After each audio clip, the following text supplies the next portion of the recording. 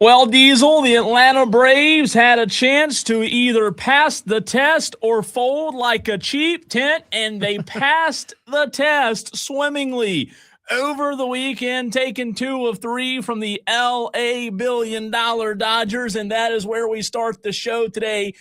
He's Diesel. I'm Cole Bryson. I'm back from my week off, and so glad to be back with you, Diesel. Glad to be back with the Tolos as well. I missed you. I missed the Tolos. I missed everybody on the show. We've got a lot to get into today on this show with what I missed last week. The Braves, they're playing good baseball. Steven Garcia news. That was sad, wasn't it? It was. Oh, it was. A lot to get to. A lot to get to, but man, you're looking tan. A little bit. You're building some houses out there. A little bit. Yep. Good week. Let me check you for bug bites, for mosquito bites to make sure. Lonzo just walked in and asked me if I brought back the how do you pronounce that new virus? Henta virus. I don't think I have Henta. I don't know. How would you know? That's what I'm saying. I don't know if I am Henta-less or any unusual symptoms. No, okay. not other than what I normally have symptoms of every single day. And no Henta. Well, good. I'm glad you're coming back disease-free. Yes. I remember coming back from my honeymoon in Curacao with COVID because those damn dirty Dutch who frequent the island in Curacao, they gave me COVID-19 again. I didn't know that. Yeah, it wasn't fun. Oh, that's no good. No. Good to see JB, Dan B, Toloing already on the stream. For those of you listening, watching the show, however you are consuming the show, we appreciate all of you turning it on and leaving it on. But we start the show today with the winners. Diesel, the team that deserves to be talked about, and that is the team that has the best record in baseball, the team that leads the NL East by 9 games. In the middle of May, the Atlanta Braves, they did lose a series last week while I was gone, Diesel, to Seattle. You let them lose to Seattle. I'm sorry. I called them indestructible. I called them Terminators before the week started, and then look what happened. But the fact of the matter is, all jokes aside, when you talk about, Diesel, a litmus test, knowing how good you are, we talk about it in all levels, right? High school, college, and pro. Oh, this team's going to find out how good they are. You and I both knew, when we talked about it a couple of weeks ago before I left, we were going to find out this past weekend just how good the Braves were. We did. I will be honest with you. I was surprised. I did not expect them to take 2 of 3 from the Dodgers. 6 out of 9 on this overall road trip. That's pretty good. 6 of 9. Pretty good, right? Yeah. You'll take it. Yeah. And getting it done against the Dodgers, the billion-dollar roster. And we'll get into something a little bit later on in this very segment here, Cole.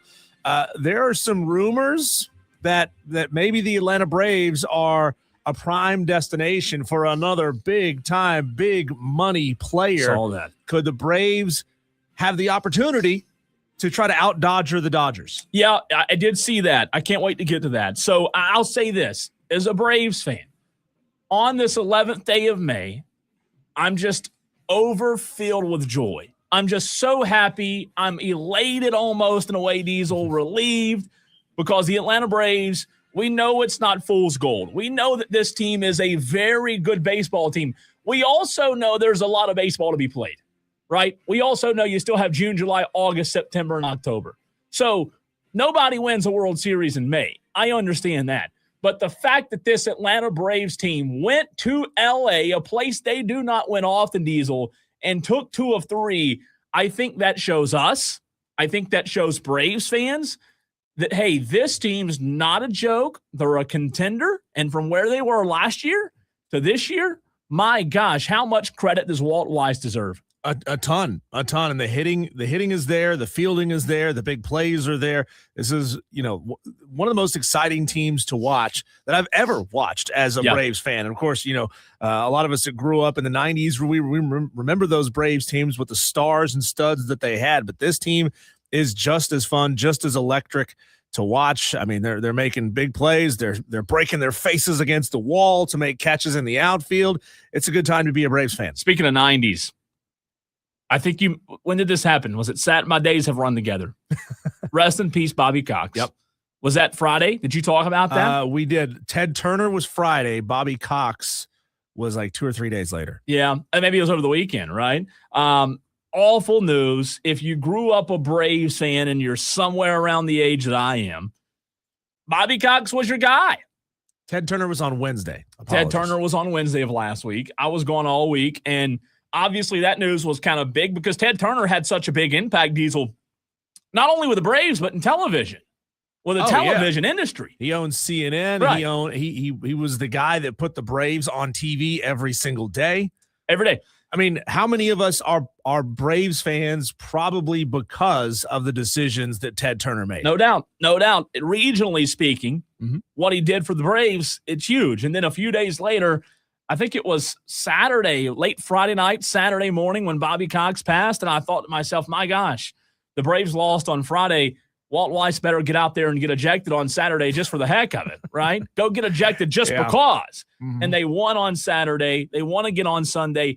If you grew up as a Braves fan like I did, Bobby Cox, that one hurt a little bit, right? Because Bobby Cox was your guy. If you grew up a fan of a certain team and had a favorite player, or whatever it was, you have that one person that you really remembered. Bobby Cox, we all remembered being the leader of the ship, the leader of the clubhouse.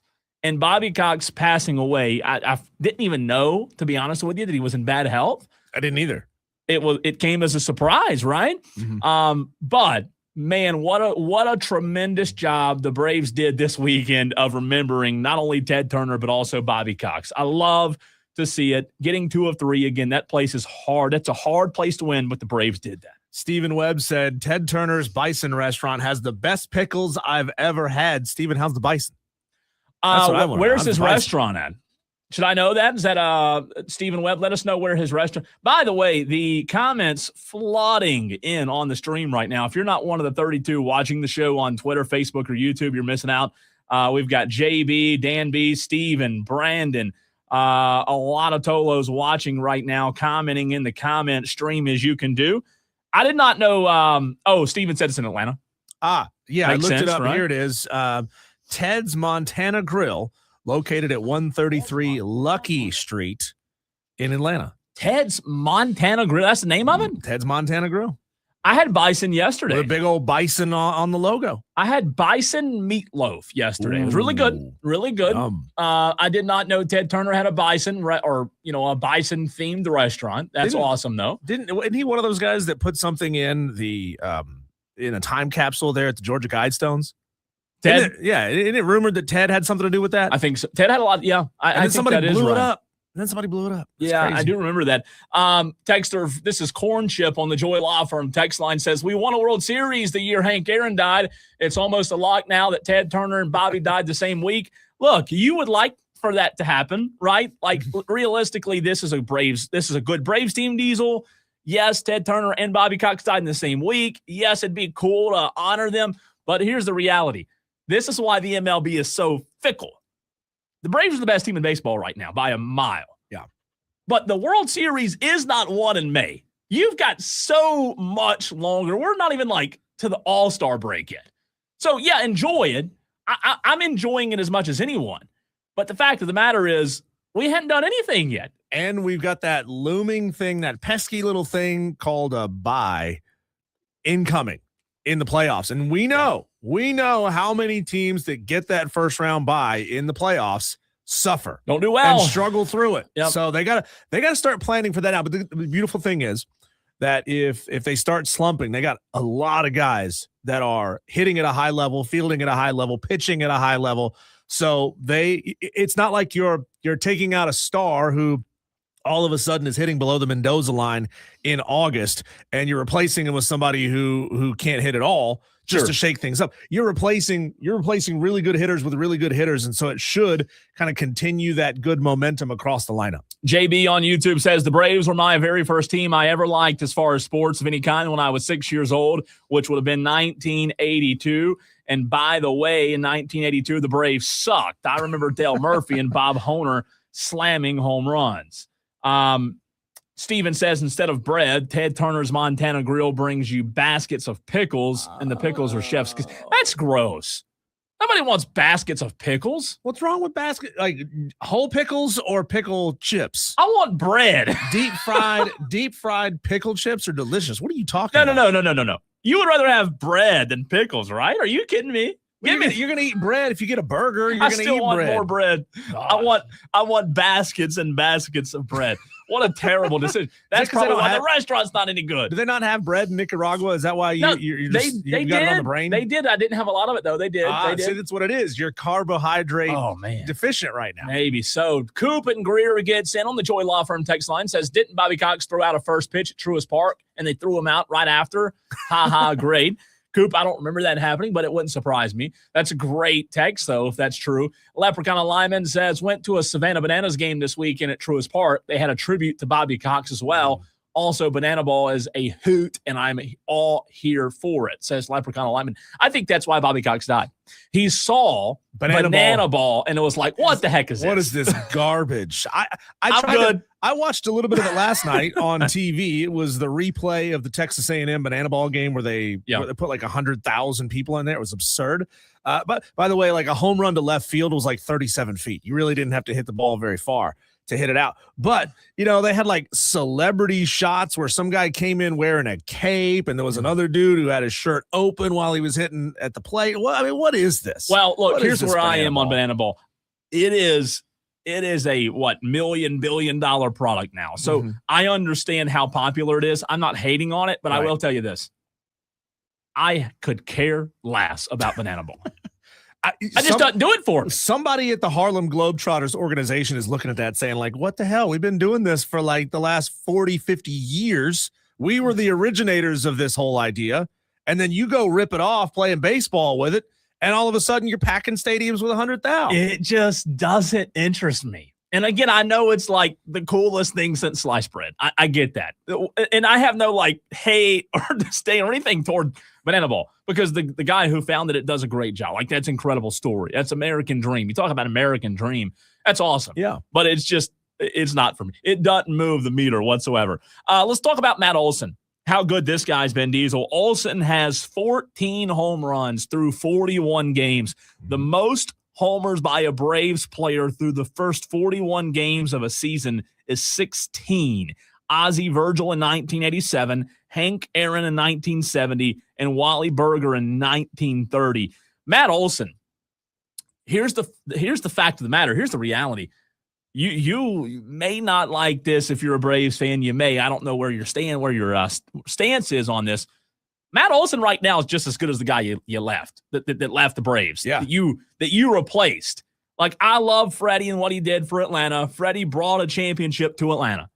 But the fact of the matter is, Matt Olson right now is not one single bit of a drop-off compared to Freddie Freeman. How many homers did you say Matt Olson has on the season? He has 14 through 41 games. Well, so far, Freddie Freeman only has 4.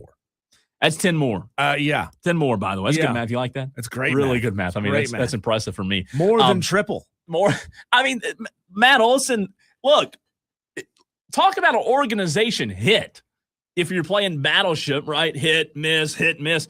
Talk about an organizational hit to go to get this guy from Oakland and hit the way the Braves did all these years later now, because it has been several years since that trade, since that happened, since the Braves acquired Matt Olson.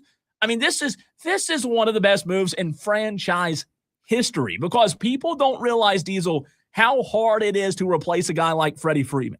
And you go get Matt Olson, and a few years later, fast forward 2026, he's better than Freddie Freeman. I mean, that just doesn't happen. That doesn't happen in any sport. I mean, he's outperforming in every category. He had an amazing season, in 2023. Yeah. 24 wasn't great. Yeah. Now 25, 26 is turning into a great season, or 24 was great, 25 was not, 26 is off to the races. This is a guy right here that is buying as much goodwill as you possibly can, right? He can now have as many slumping down seasons as he wants to have.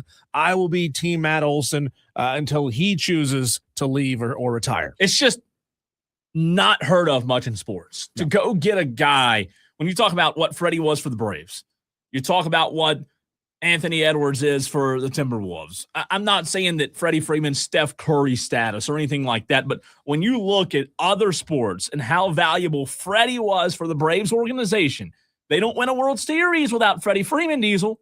They don't beat the Dodgers without Freddie Freeman. This just doesn't happen much in sports. When you lose a guy like Freddie, the way that ended, to go get a guy like Matt Olson, who is playing phenomenal, it just does not happen. So kudos to the Braves for that. Drake Baldwin, like we've mentioned this a million times with Sean Murphy. Drake Baldwin's making less than $1 million a year, and he's hit 4 of his 10 homers against left-handed pitchers. He's yesterday had another. Like Drake Baldwin right now. Eli White yesterday, Diesel. Excuse me. Eli White was phenomenal. These young guys, that's what we talked about just a couple of months ago with the Braves. After the last 2 years that sucked, we said, hey, is the championship window closing for the Braves? Is it closing? Well, now you've got Eli White from right here in the upstate. Drake Baldwin, who might be the best at his position in baseball right now. Who's, I don't know, going to be replaced here soon because of Sean Murphy. This team right now with Dubon, this is as good as a team as the Braves have had. Excuse me, this is as good as a team as the Braves have had since 2021, since when they won the World Series. If you're Alex Anthopoulos, you're thinking, who do we ship out to start making payrolls, to start paying these guys what they want? I mean, are you going to have to ship out Mauricio Dubon? Are you going to have to ship out Mike Yastrzemski? Are you going to have to, oh my God, ship out Sean Murphy to make room for a younger version of him and Drake Baldwin? I mean, it'd be hard not to make that decision. Obviously, Sean Murphy is Golden Glover. He's an amazing baseball player. You would not want to lose him, but he is getting a little bit older. So if you could get younger and cheaper at that position, then you can spend some money on some big name players. And you probably talked about it last week. They traded Jonah Heim. And right before I left, we talked about that. Like, hey, what happens to Jonah Heim? He was with the Rangers, won a World Series in 23. Now he's with the Braves, a little bit older of a player. The Braves basically said, hey, to the A's, you can have Jonah, give us some cash, and we're good. That's how, fortunate of a situation the Braves are in right now. And Dubon was incredible this weekend. Bryce Elder, the pitching staff. Spencer Strider. I mean, my God, did you see the numbers from Spencer Strider over the weekend? Bryce Elder, by the way, began his scoreless first inning by striking out Shohei Ohtani with his 94.2-mile-an-hour fastball. The Dodgers whiffed Diesel with 4 of 9 in the first inning with swing and a miss, swing and a miss, swing and a miss. This pitching staff right now, with all of the injuries they've had, going into the season, we just didn't know what this staff was going to be. You can't talk about this pitching staff enough with the way the offense is playing. We talk about it all the time in football with complementary football. Watch this pitch. Go look at the numbers on this pitching staff, what they're doing right now. They held Shohei Ohtani to 2 for 12. 0 RBIs. That's didn't insane. Score a run. They walked him 1 time, struck him out 4 times on Friday, 1 for 4. Saturday, 1 for 4. Sunday, 0 for 4. Shohei Ohtani. I mean, that is insane to think about. That is the elite of the elite, one of the best hitters in baseball, and you shut him down. Yeah, best player. Yep. Best player in baseball. And I did hear you mentioned this a few minutes ago. Were you going to go with, to Mike Trout? Is that where you were going to go? I was going to bring that up. Here's what's fun, Cole, as you talk about the embarrassment of riches. I don't know how this would work out. I don't know how they can make room for the contract because the contract is enormous. And I certainly wouldn't want the Atlanta Braves to make this move if it cost them other position players, because clearly they don't need him. But CBS Sports put out an article or a video kind of breaking down trade destinations for Mike Trout, and they spent a couple of minutes analyzing whether or not Mike Trout could be a target for the Atlanta Braves. Imagine that for a second. What that outfield would be like if you have Mike Trout, if you have Acuna, and you have Michael Harris out there. I mean, you got 3 bona fide home run hitters in the outfield. You'd have to trade Yastrzemski to make it happen, but you're fine doing that. Right? We'll keep Eli White as backup here in case somebody needs a day off. But for God's sakes, how nasty would that outfield be? It'd be nasty. You said, though, you're talking about position players. I I think you'd have to give up position players, like several of them. I don't know what the ask would be. Maybe you don't give them what they want in terms of who they want. But the depth is what makes this Braves team so good, that anytime somebody needs a day off or gets injured, they've got quality depth, good hitting depth to step right in. And I wouldn't want to strip that depth away to go get a 34-year-old Mike Trout. Why would you give up all the players that got you to this point, to a 9-game lead in the division, 41 games in, just to bring in a 34-year-old Mike Trout that's going to cost you a ton? 24 a year. I don't know what the number is, 22, 24 a year. I think I would side with you on that. Like, here's where I am. If I'm Alex Anthopoulos, I'm going to listen. Sure. Like, I want to entertain it. If he's willing to take drastically less than what he's making right now, entertain it and do it, but don't do it just to bring the name in. You just wonder, though, from the Angels standpoint, like, the Angels messed up and made the mistake of the century with Shohei and virtually got nothing in return. Yeah. So I don't know. Maybe you could strip them again and pull their pants down once again, Diesel, and make them look like the dummy in the room. But I kind of side with you. I mean, why? Look, Mike Trout's awesome. We all know Mike Trout is awesome. He is fantastic. But you said it. Right now, they don't mess a good thing up. They have everything they need right now. There is still a lot of baseball to go. But what they did different this weekend, Diesel, was this.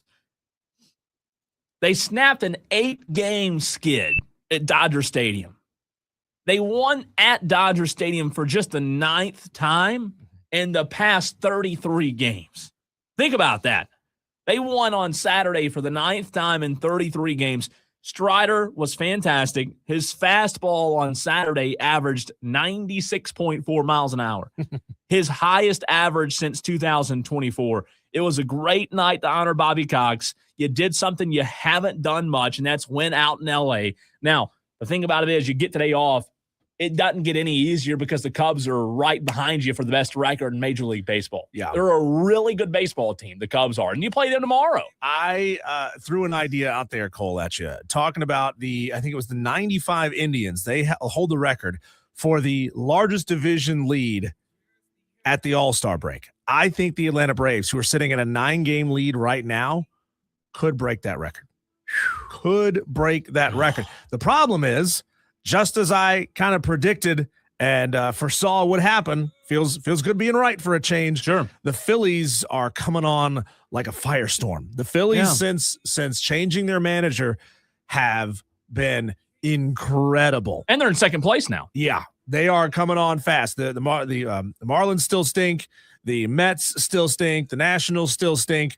But the Phillies, they're playing white-hot baseball right now. They are. And that's a scary thing, at least as far as, trying to achieve that record. We'll see. You just always know in the back of your mind that just like you started hot, it's not going to last forever. You also know the Phillies started horrible. That wasn't going to last forever. Mm-hmm. Like, they're just too good of a team. The Mets, hopefully it does last forever. But you said it. We'll see. It gets very difficult, though, when you start having other teams make up ground. That's what the Braves can't do. They've done a great job of giving themselves a little bit of a lead, a little bit of a cushion here mid-May. Let's see if they can keep doing it. JB says, who did those 95 Indians lose to in the World Series that year? Oh, that's right. The Bravos. Yeah. Great catch there, JB, the OG Tolo. Speaking of catching, how about catching Cole up on what he missed? He was out of the country for a week, and I don't know how much sports news shows up on the back of a mule from the big city, but let's see if Cole knew all of what was going on last week while he was gone. We'll catch him up next.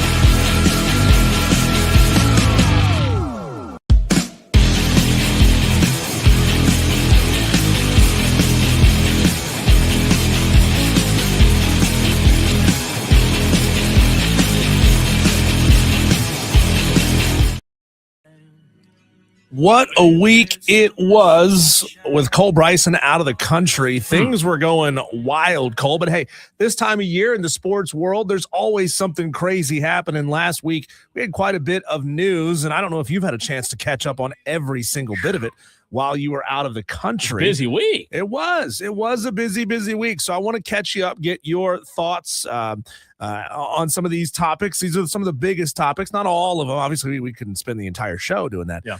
But let's catch you up on some of what you missed last week. How about this? Bryson DeChambeau, with Liv continuing to fall apart before our very eyes. Bryson DeChambeau said that, if the PGA weren't going to drop some of his words, unfortunate penalties that golfers have to pay to come back from Liv, he's just going to go make YouTube videos instead. He said, "Nah, I'm good. I'm good just making YouTube videos and TikToks." I saw that. I don't believe that. You know what I mean? No, he said it. I know he said it. I Okay. don't believe that he means it. Right. I don't believe that he's okay, because Rory said it. I think Rory said it best last week in an audio piece I heard. If you want to, you can go do whatever, make YouTube, play on this, play on that. But if you want to play with the best, look, PGA's not perfect. PGA has issues. Nobody thinks the PGA Tour is the end-all, be-all, but I don't believe Bryson believes those things in his heart of hearts, because that's what every golfer aspires to be on, is the PGA Tour. And he's got enough money to pay the freaking fines, doesn't he? He does. He has plenty. I mean, he has plenty of money to stop playing golf professionally for the rest of his life, sure, if he wants to, right? That's why I talked about this last week. You got revenue streams, man. You don't have to play golf if you don't want to play golf. And, we will all sit here and question him and say that you're stupid, Bryson, for giving up on golf. But if that's what he wants to do with his life, that's what he should do with his life, right? If he is more fulfilled playing municipal golf courses with a Hello Kitty set of golf clubs with 4 clubs in it, with Kid Rock, then go do it, man. Nobody's going to tell you that you're wrong. I mean, we're going to tell you that you're wrong, but you're going to be the one laughing and driving to the course in a brand new Maserati with all your cash, and we're going to be the ones driving crummy old cars saying, "Look at that rich idiot." No, I agree with you. Do what makes you happy. My whole point is, I don't know that Bryson can let go of that competitive bone yet. You know what I mean? LeBron James is having to face that now in his career. At some point in life, you just don't care about the competition anymore. You're not as competitive. You hang it up. Is Bryson already to the point where if he goes and just does YouTube videos full time, I get that you're still playing golf, but you're not competing with the best of the best. Hey, again, if creating content for YouTube fulfills you, go do it. That's right. Man. I have no problem with it. Go do it. I know that Bryson's a competitor, and I know that, like a lot of competitors that are really good, it will probably eat at him to not be able to compete on the PGA Tour. I just look at it like this. Bryson, you're 32. Yeah. You continue to age, which makes it weirder and weirder that, if you're a 34, 35, going on 40-year-old guy making content for 12-year-old kids to watch on YouTube, that's weird. I'm not saying you're doing anything weird. I'm just saying it is weird that that's how you choose to spend your life. Well, the reality of it is the PGA, regardless of what our thoughts are on Bryson, you and I don't love Bryson DeChambeau, but the reality is PGA Tour needs Bryson. And I think Bryson needs the PGA. I'm not saying that the PGA is on its knees begging at the feet of Bryson DeChambeau, but even though I don't like the guy, I still will believe and admit to you that I think they both need each other. It is fascinating that he made the comments that he made. And I think it was Monday of last week when he made those comments. And then by the end of the week, the PGA had released some new social media guidelines. Yeah. It's not like a free-for-all, use our content, do what you want to do with it. But it does sort of relax some of the restrictions. It's minuscule stuff. You can use upwards of 4 minutes of PGA licensed material instead of 2 minutes in your video. What does that really mean? I don't know. So it's a lot of little small concessions, but the big one that I found really interesting was that the PGA no longer requires golfers to sign over their YouTube accounts. That is interesting. I mean, like, then again, the PGA doesn't own your content. Bryson could own his content. Sure. And I feel like that is an olive branch to Bryson DeChambeau to maybe bring him back into the fold. Oh, yeah. Weird timing, right? To all of a sudden relax your YouTube video rules when Bryson's looking for a new home. I mean, come on. Let's see. Texter, Stephen Webb says, does that mean Diesel hates Mr. Rogers and Bob Ross? Look, I mean, Bryson DeChambeau is becoming the Aaron Rodgers of professional golf, right? I don't need you. I might come back. Let's see what we can work out. I don't like you guys anymore. I'm going to go make my TikTok videos. He's very standoffish. Does he mean like Aaron Rodgers or Mr. Rogers from Mr. Rogers? I don't know. Oh, that's a good question. And Bob Ross. I don't know. That's funny. I love Bob Ross. What are you talking about? We got a little wasted one night and had a Bob Ross paint along night. My wife and I. It was great. Pictures didn't come out good at all. That's funny. At all. Cole, this one continues to develop. We're going to play some audio. Actually, I might play it here in this very segment as well. Some photos came out last week of Mike Vrabel and Diana Rossini's signatures on a release statement to a boat rental company in Tennessee that happened to be on the same week that Diana Rossini announced that she was pregnant with her first son. So she's pregnant with her first son. Yep. She's going out on a boat to celebrate with Mike Vrabel for some reason. She wouldn't appear in any of the photos.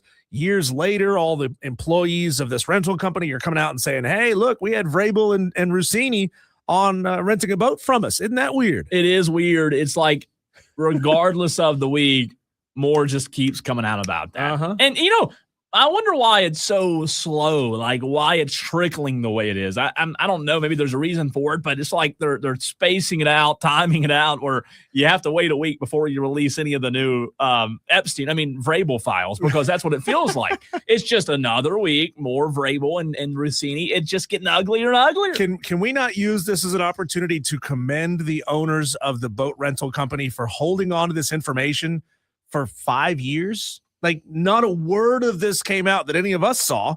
I mean, that's not to say I'd never heard of this before. And then all of a sudden, 5 years later, because this was in 2021 when they rented the boat, the news breaks that it seems like they were having an affair. And then the information gets released because Vrabel had said, hey, I'll take a photo with you guys. Just don't post it anywhere. And they didn't. It's bad for half a decade. Yeah, it's not a good look. Not a good look. Another big change that came down, or not a change, but a pool of recommendations. Cole, I love all of these. The AFCA recommended a bunch of things like eliminating conference championship games in college football and some other steps that would essentially reduce the length of the season, obviously then making room for the 2014 college football playoff that they all now are in favor of. Yeah, look, I think I've warmed up to this for the past year, I guess, when it comes to conference championships, if that's the biggest sticking piece. Like, we're just talking about expansion of postseasons. I just don't see a world in which expansion can continue without getting rid of the conference championships. Yeah. You have to, don't you? So now we're talking about moving the season up a week. Yeah. That creates space for a week. We're talking about eliminating conference championship games. That's 2 weeks. They're talking about reducing the number of buys from 2 down to 1. That's 3 weeks right there. How much extra time does going to a 2014 playoff create by all these additional games? Seems like it fits nicely in that 3 weeks that they're creating. And they want to try to get this thing wrapped up by earlier in January instead of late January. Yeah, ask them. Just go ahead and do it. Let's just quit talking about it. That's where I am. Let's just go ahead and do it. And I know it's a huge moneymaker. I don't know what the money tells you. You have to listen to what the money says, right? Because there's still a huge moneymaker for these conferences. But yeah, let's just go ahead and do it and get it over with. How do you feel, Cole, about the Atlanta Braves being in the AL Southeast?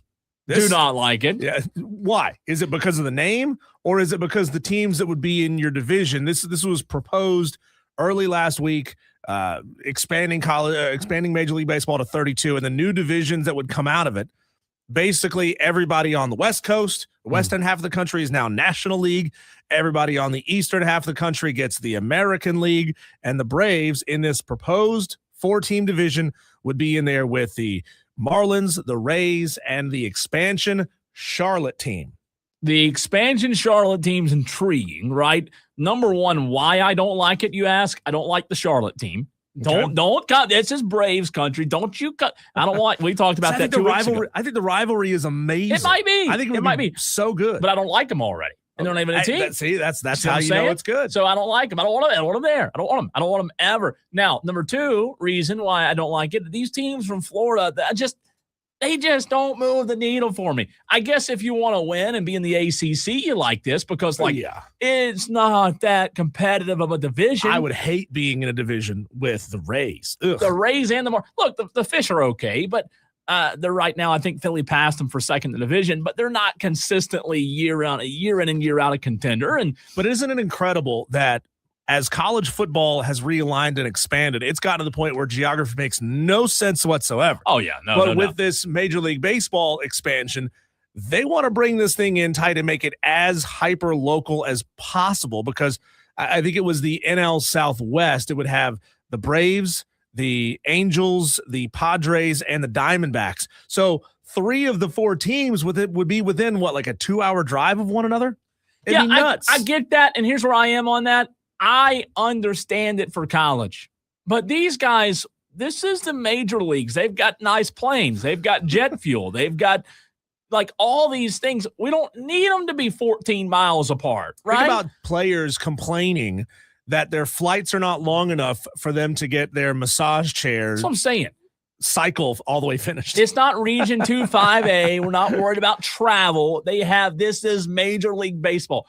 The ACC now, on the other hand, college football, I know there's still a lot of money in college football, so it's not like they're suffering. But, you talk about having to go on a Tuesday night to play a softball game against Stanford if you're Clemson. That's dumb. This is the pros. I don't mind a little travel. They're getting paid millions of dollars, and I don't think it's going to hurt their feelings to get on a nice, cushy jet plane with plenty of leg room. Yeah, but jet fuel is expensive now. It's expensive, but they're not paying for it. If 89 octane is $4.30 a gallon, what do you think jet fuel costs right now? A lot. I saw on the news today there's a ring of thieves in Minneapolis. People are drilling holes in gas tanks to drain the gasoline out of tanks to resell it on the black market. It doesn't surprise me. What happened to just putting a hose down the pipe and siphoning it out? Yeah. You also, what else I missed? I mean, Spirit Airlines crashed. They did. Maybe closed. Sorry, wrong word to use there. Yeah. Closed. Bad choice of words. I think that happened on the day I flew out. Dan, what are you doing with all the riffraff that are moving over to your flights from Spirit? Spirit, baby. No more Spirit. I did see, though, where they've raised a bunch of money, evidently, to keep them open. I don't know if it's going to be enough, but. Have you ever flown Spirit? I have. I never have. Was it wild? It does feel like Walmart in the sky a little bit. Waffle House / Walmart in the sky a little. Yeah. But it's like it's a cheap flight. There's another one that's the similar Allegiant, maybe. I saw a flight loading I think it was in Dallas, and it was a Spirit flight to Miami. I think there was a guy that already had his water wings on and inflated on his arms, getting on a Spirit flight. Yeah, just go ahead and put your swimmies on. Wild Sometimes stuff. you have to run to the front of the plane to balance it out, during the flight, just to give it more balance. But I flew Spirit from here to Vegas one time. Talk about a long flight on a Spirit Waffle House airplane. Also flew it 1 year to Nicaragua. I've flown Spirit probably a handful of times. It's cheap. Well, was cheap. So there's that. Dan says the riffraff can't afford my airline. He also says the teams absolutely pay for the fuel for charter flights, ultimately, at least. I said the players, talking about the players. The players don't pay for it. They don't care about the fuel costs. By the way, that happened like the day before or the day we left, and airports were a zoo because people had their Spirit flights canceled, and they were trying to rebook. It was bad. I think Spirit's new tagline should be Spirit. Now we'll just walk. Yeah, could be. It's not bad. Not bad. Anything else I missed? Fernando Mendoza got people's feathers ruffled a little bit when he said he wouldn't go to the White House with his team, and it was only because he had practice. He's like, I got to go practice with the Raiders. I'm not worried about spending time at the White House with my Indiana team. I'm a Raider now. Yeah, I don't have a problem with that. Yeah, it's fine. Zero problem with that. One more thing. I'm sure you talked about this last week. One more thing I missed. I want to hit on it next. Steven Garcia stuff. You talked about that? Yeah, we did. We played a lot of his audio. It was I was in the press conference, recorded a lot of audio, talked a lot about it. Want to dive into that. Steven Garcia, Dabo's reached out. A lot of people have reached out. Steven Garcia fighting cancer, stage 4, I think it is, by the way, if you hadn't heard about it. We'll dive into it next.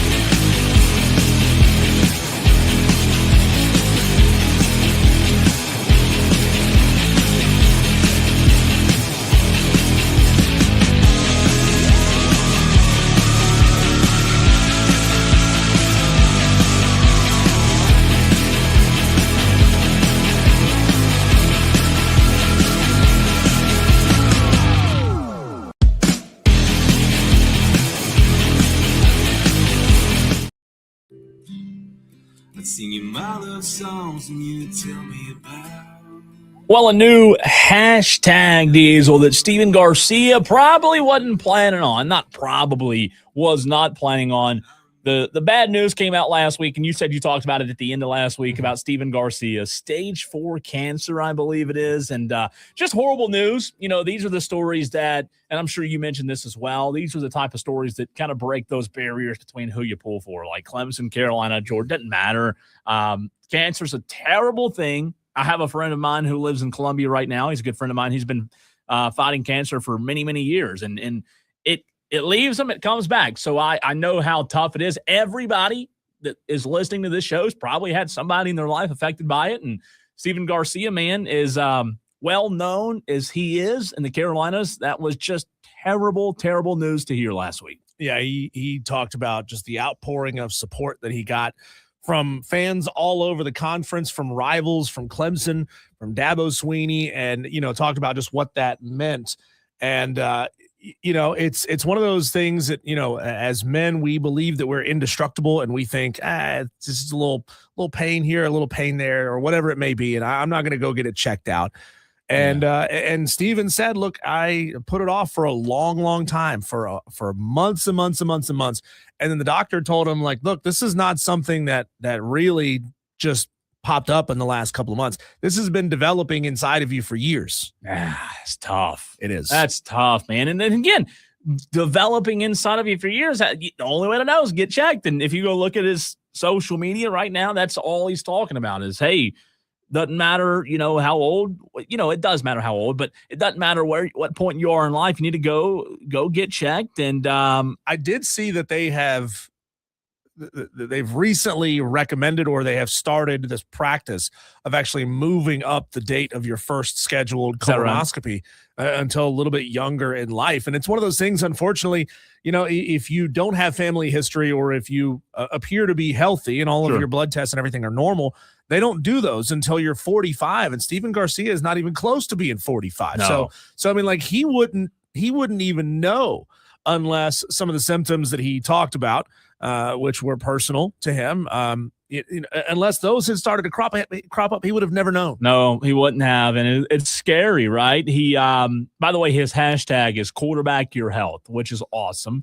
He tweeted out 44 minutes ago that Bob Chesney, the new head coach at UCLA, who was at JMU, Diesel, he texted him, reached out to him. Bob Chesney reaching out and telling him that the entire UCLA family's standing beside Steven Garcia. So you're talking about across the country, literally, Diesel coaches reaching out to him. Dabo Swinney, you mentioned him reaching out. Look, it doesn't surprise us. I mean, that cover Clemson.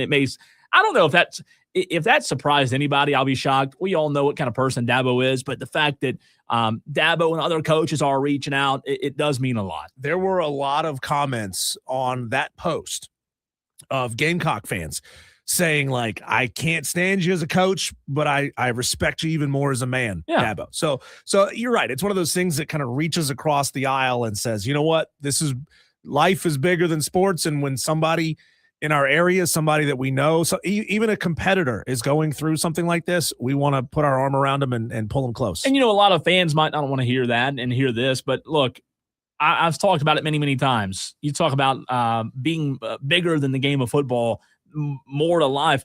The two head coaches that are leading the two programs in this state, Clemson and South Carolina, both of these coaches that we have leading, both understand that it's more than a game. It's more than football. That's why Dabo and Beamer are friends. Mm-hmm. That's why they talk. That's why they get along. That's why they're good friends. That's why Dabo cares about Beamer's family and vice versa, because they want to win. There's no doubt.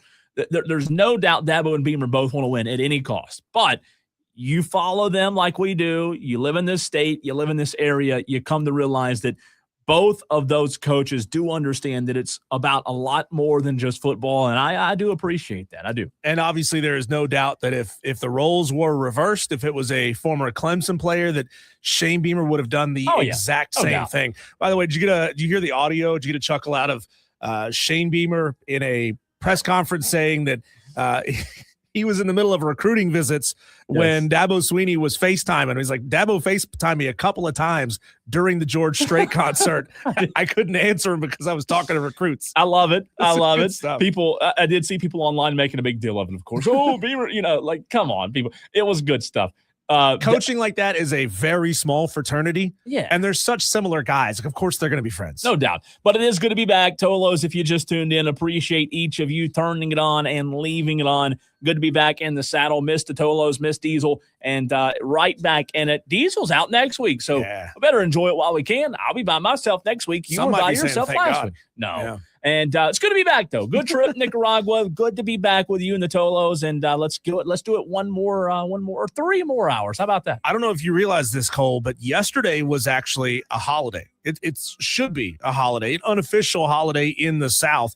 We passed a major milestone as it pertains to making our way towards the 2026 college football season. And I want to know from you, Cole. I want to know from the Tolos as well. What are you realistically hoping for out of your college team this season? Your realistic hopes and expectations next.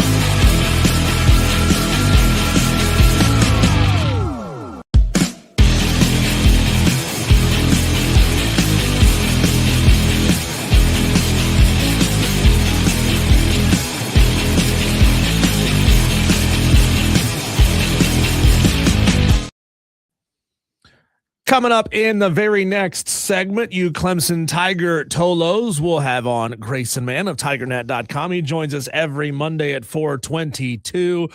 The series loss against Florida State, that stings. That changes some things. We'll also talk to him about all kinds of Clemson baseball, football. That's coming up in the very next segment, Cole. But I don't know if you realize that a quiet little holiday passed us by. In astrological, meteorological terms, it's called the solstice, right? When you get past the point where the days are getting shorter and you get back to the point where days are getting longer. Well, that's where we are right now with Clemson football, South Carolina football. The season is coming back because we passed the midway point. How about that? Well, I'll tell you this. It makes me very happy. It does. It makes me very happy to see anything college football related on the rundown. It does. It just, we're in May, and you and I for the past 3 months have talked everything but college football. Right. From golf to basketball to this, we love it. But I'm starting to, we do this every year. I do it with high school football, college football. By the way, call back in. We'll get you on here shortly. I am to the point now, and it's the same process every year. When May hits, the middle of May, I start doing this. For those watching, I start getting that little itch, start getting interested, high school football, college football, NFL. And now the conversation starts happening because it's only a few months away, like you said. Well, usually, unfortunately, the conversation this time of year when it's college football is bad stuff. Like, 3 more of Kirby Smart's players got pulled over for doing 100 on I-85 in Atlanta. Or this crazy story that broke earlier today in an interview with Forbes magazine. Lane Kiffin basically said one of the reasons, I can't believe he said this to anyone, one of the reasons why he left Ole Miss to go to LSU was because Ole Miss would refuse to distance itself from symbols like the Confederate flag, Colonel Rebel, and the nickname Ole Miss itself. He wants to get rid of rebels, I guess. Yeah, that's not good for our friends up in Duncan. Yeah, but, I mean, the woke people out there probably don't like it. Do you believe for a moment that that's part of the reason why Lane Kiffin left Ole Miss? No. There ain't no way Lane left because they have Rebel as their mascot. I guarantee you he probably didn't think about it a handful of times when he was there. Right. You know what I mean? Somebody fed him that line of BS and like, hey, Lane, next time you get a chance to talk about it, why don't you put him down? Because he said that he would talk to recruits and recruits would tell him, this is a quote, I'm reading it right here off the page. Hey, coach, we really like you, but my grandparents aren't letting me move to Oxford, Mississippi because it feels like there's no segregation. He might have, again, not saying it didn't happen. He might have had that comment a handful of times. You know what I mean? Could have. But it sounds like something that a recruiting coordinator with LSU said, hey, coach, if you just casually drop in this interview with Vanity Fair that maybe Ole Miss is still a racist university, think how many recruits you could get away from them. Yeah. You know, it's like so. I'm so glad to be moving past some of this mid-season BS and towards college football because we're now, Cole, at 110 days until college football. 110. That's not that long. That's 3 months. It's 3.5 months. It's not long. It's coming at us. I mean, it's the middle of May now. In a month and a half, we'll be in Charlotte for ACC kickoff, and then you've got the month of August, and it starts in August. So no, it is so close. I love it. I get giddy. I start itching. Like I said, in the middle of May, June comes around, and it's look, I love summer. I don't want to wish summer away. I love the summer months. I do. I love being on the lake as much as anybody. But my gosh, I sometimes am guilty of wishing it away because I'm ready. So as we are counting the days down, getting back closer to college football, what are you hoping for realistically out of your team? Don't say national title if you're a Georgia Southern fan, because your chances of winning a national title are incredibly slim. But if you're a Clemson fan, a South Carolina fan, a Coastal fan, whoever you're a fan of, what are your hopes for the 2026 season? Should we start in Columbia or should we start in Clemson? I say Columbia. Starting Columbia? I say Columbia. Okay. Yep. Okay. I think it's a little more intriguing, and maybe no disrespect to Clemson, but I do think like when you just talk about big picture, broad storylines, I think. And again, tell me if you disagree, Tolos, 844 fan phone. I think there's more intriguing storylines in Columbia going into football season than I do Clemson. Oh, yeah. I mean, consider the fact that last season we had just a total breakdown for South Carolina compared to what the 2024 season was. 2024 was a great year for South Carolina. 2025, things fell apart. So 2026, you get basically an all-new staff under Shane Beamer. You bring in somebody with a name that is gigantic, Kendall Briles, to be the offensive coordinator. What can Kendall Briles squeeze out of Lenoris Sellers? That is one of my biggest realistic hopes for South Carolina, is that we finally get to see the Lenoris Sellers that we all thought we were going to see. Well, the one that we saw glimpses of and a lot of 2 years ago, right? Mm-hmm. Because last year he wasn't that guy, and I think he would admit that to you, but you said Kendall Briles there. I think for me, that's why I said start in Columbia. That's why I believe the storylines in Columbia are a little more intriguing as you sit in mid-May because of the major offseason moves. Now, both schools hired a new OC, right? Both schools do. And that's rare for Clemson and Carolina to both go into the season with new OCs. But Chad Morris is the familiar face. We know what Chad Morris is. There's just more like intriguing conversation, talking point, what ifs around Kendall Briles, because I think when you look at like two ships and whatever direction those two ships are heading in, the ship that has Dabo Sweeney at the steering wheel, or whatever the big wheel is you call on a big ship, your Pirates of the Caribbean ship, right?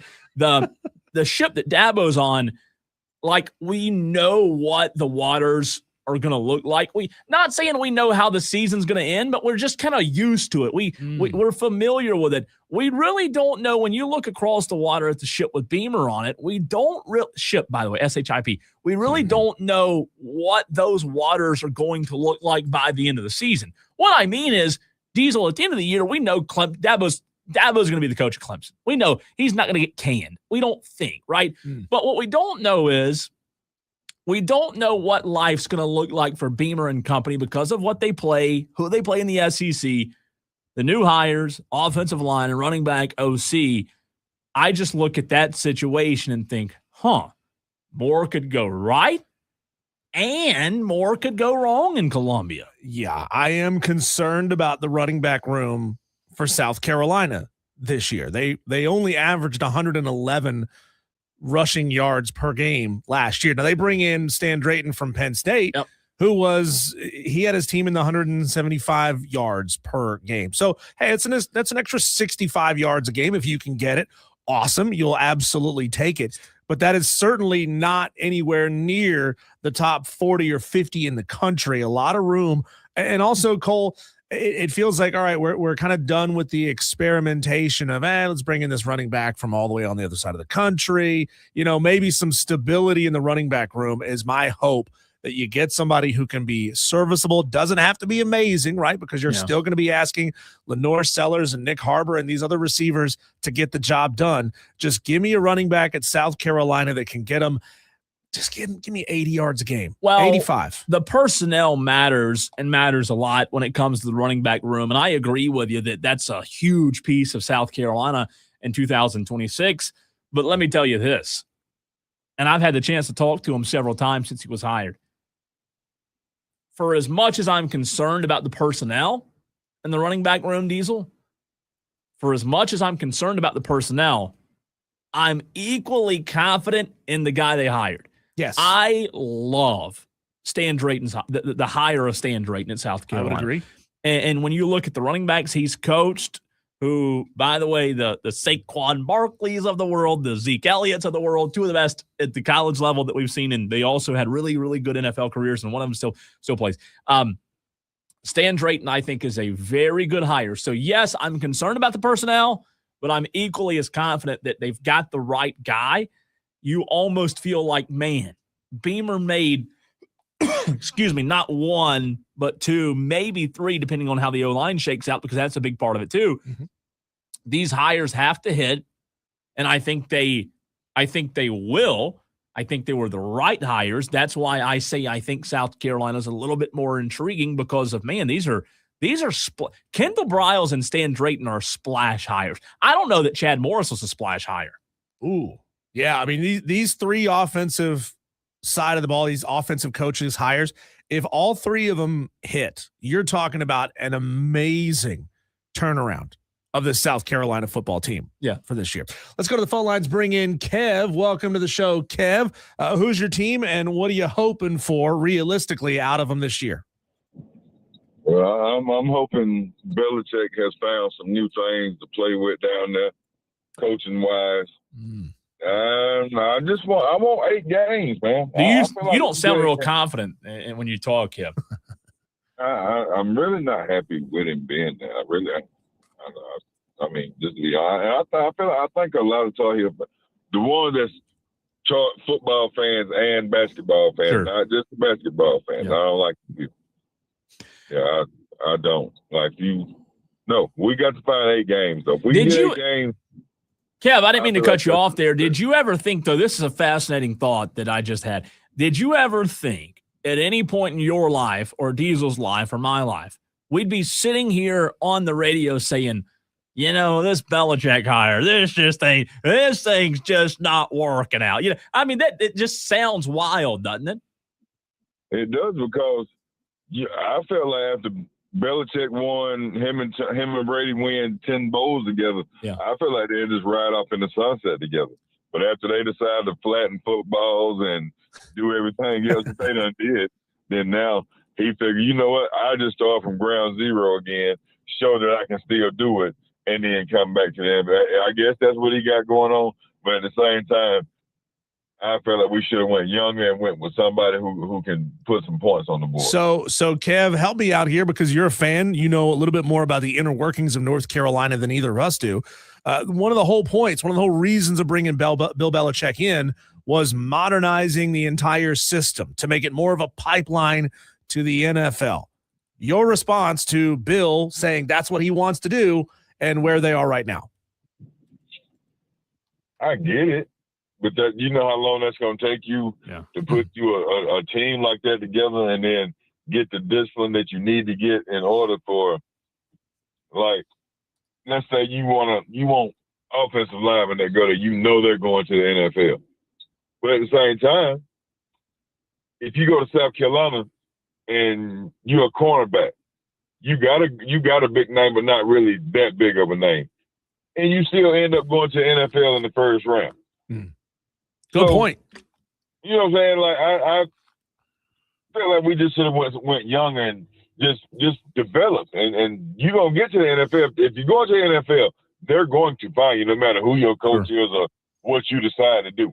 If you're great at what you do and you work, you're going. I'm with you. That's it. Good call, Kev. Thanks, Kev. Right. Good to hear from you. And you know, it's really hard to build a portal to the NFL when you can't get NFL caliber players to come play for you. Well, at the University of North Carolina. You know, my whole thing with that is, and I know like when Belichick was hired, that's what he kind of planted the flag in the ground around was, hey, we're going to turn this into an NFL. Like, here's my thoughts on it now that we've seen a year of Belichick. That really doesn't matter. Like, I understand that it sounds good. I understand that you were very, very successful, maybe the greatest of all time in the NFL. But, like, we are in a completely new age of college athletics to where you're coming into college, and in your first year, you're preaching this whole thing about, hey, it's going to be an NFL pipeline. We're going to do things just like the pros do. Well, guess what, Bill? That doesn't work. Like, no other college coach right now standing on the pedestal saying, hey, this is a pipeline. No, don't talk about it.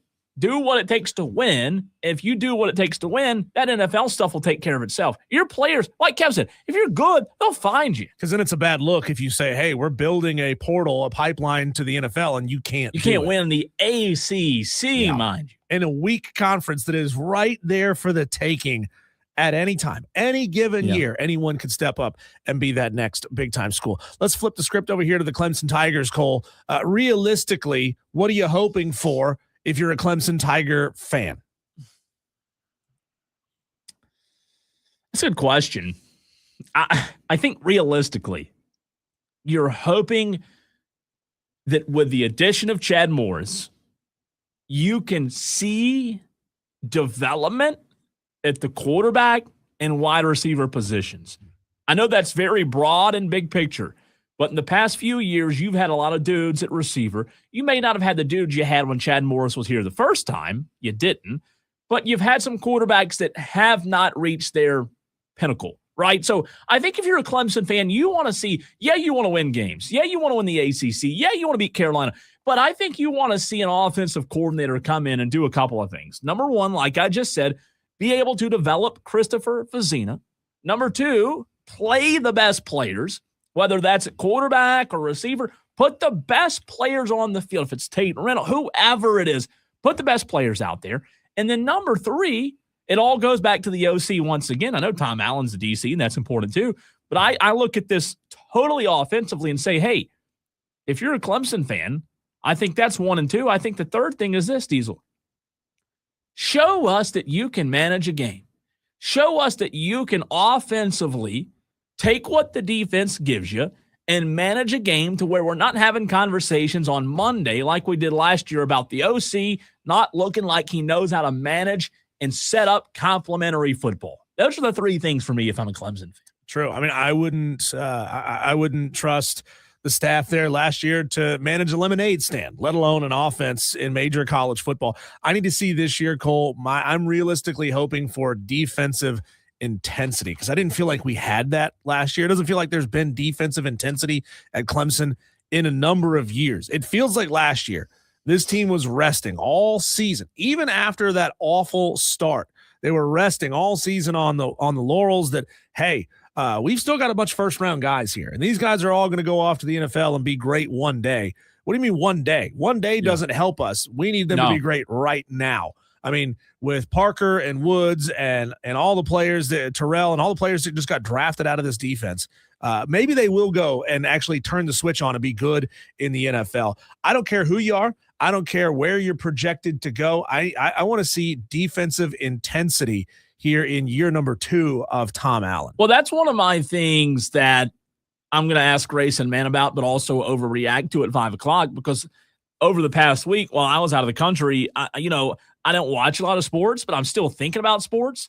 And like, that's one of the thoughts, you know how like as a sports fan, and when you do what you and I do, Diesel, you have so many sports thoughts enter your brain.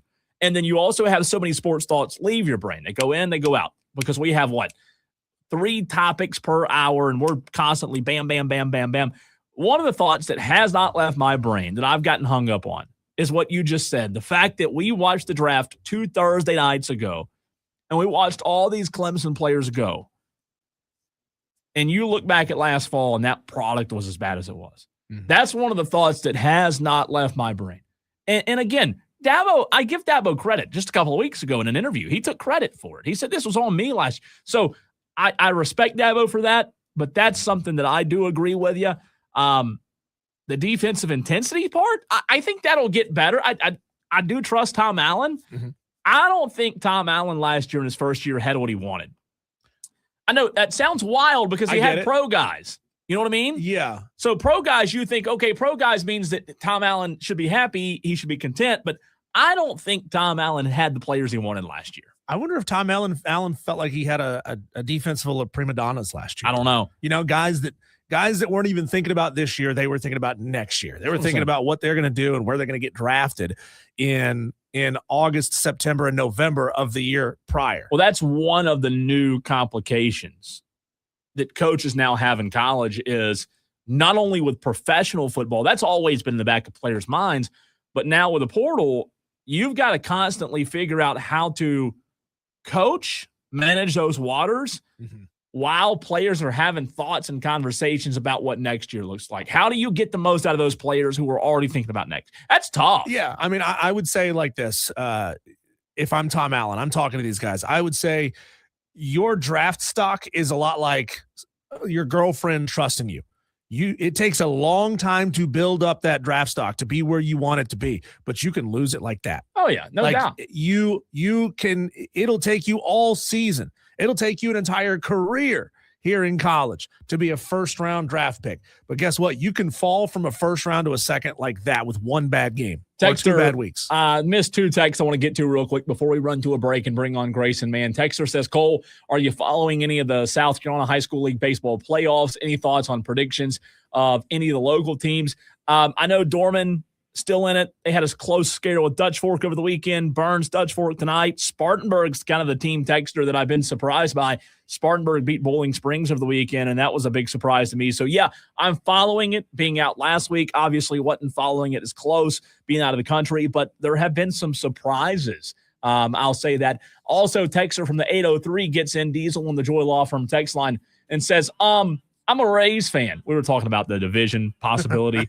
He says, we're consistently competitive, competing for the postseason, went to a World Series 5 years ago despite our small payroll. Oh, and we're also currently leading the AL East. Well, texter, that's fine and dandy. And I know you may have been offended by my comments about the Rays not being relevant. You can be competitive. That's great. You went to a World Series. That's great. But guess what, texter? They don't give out championships for being there.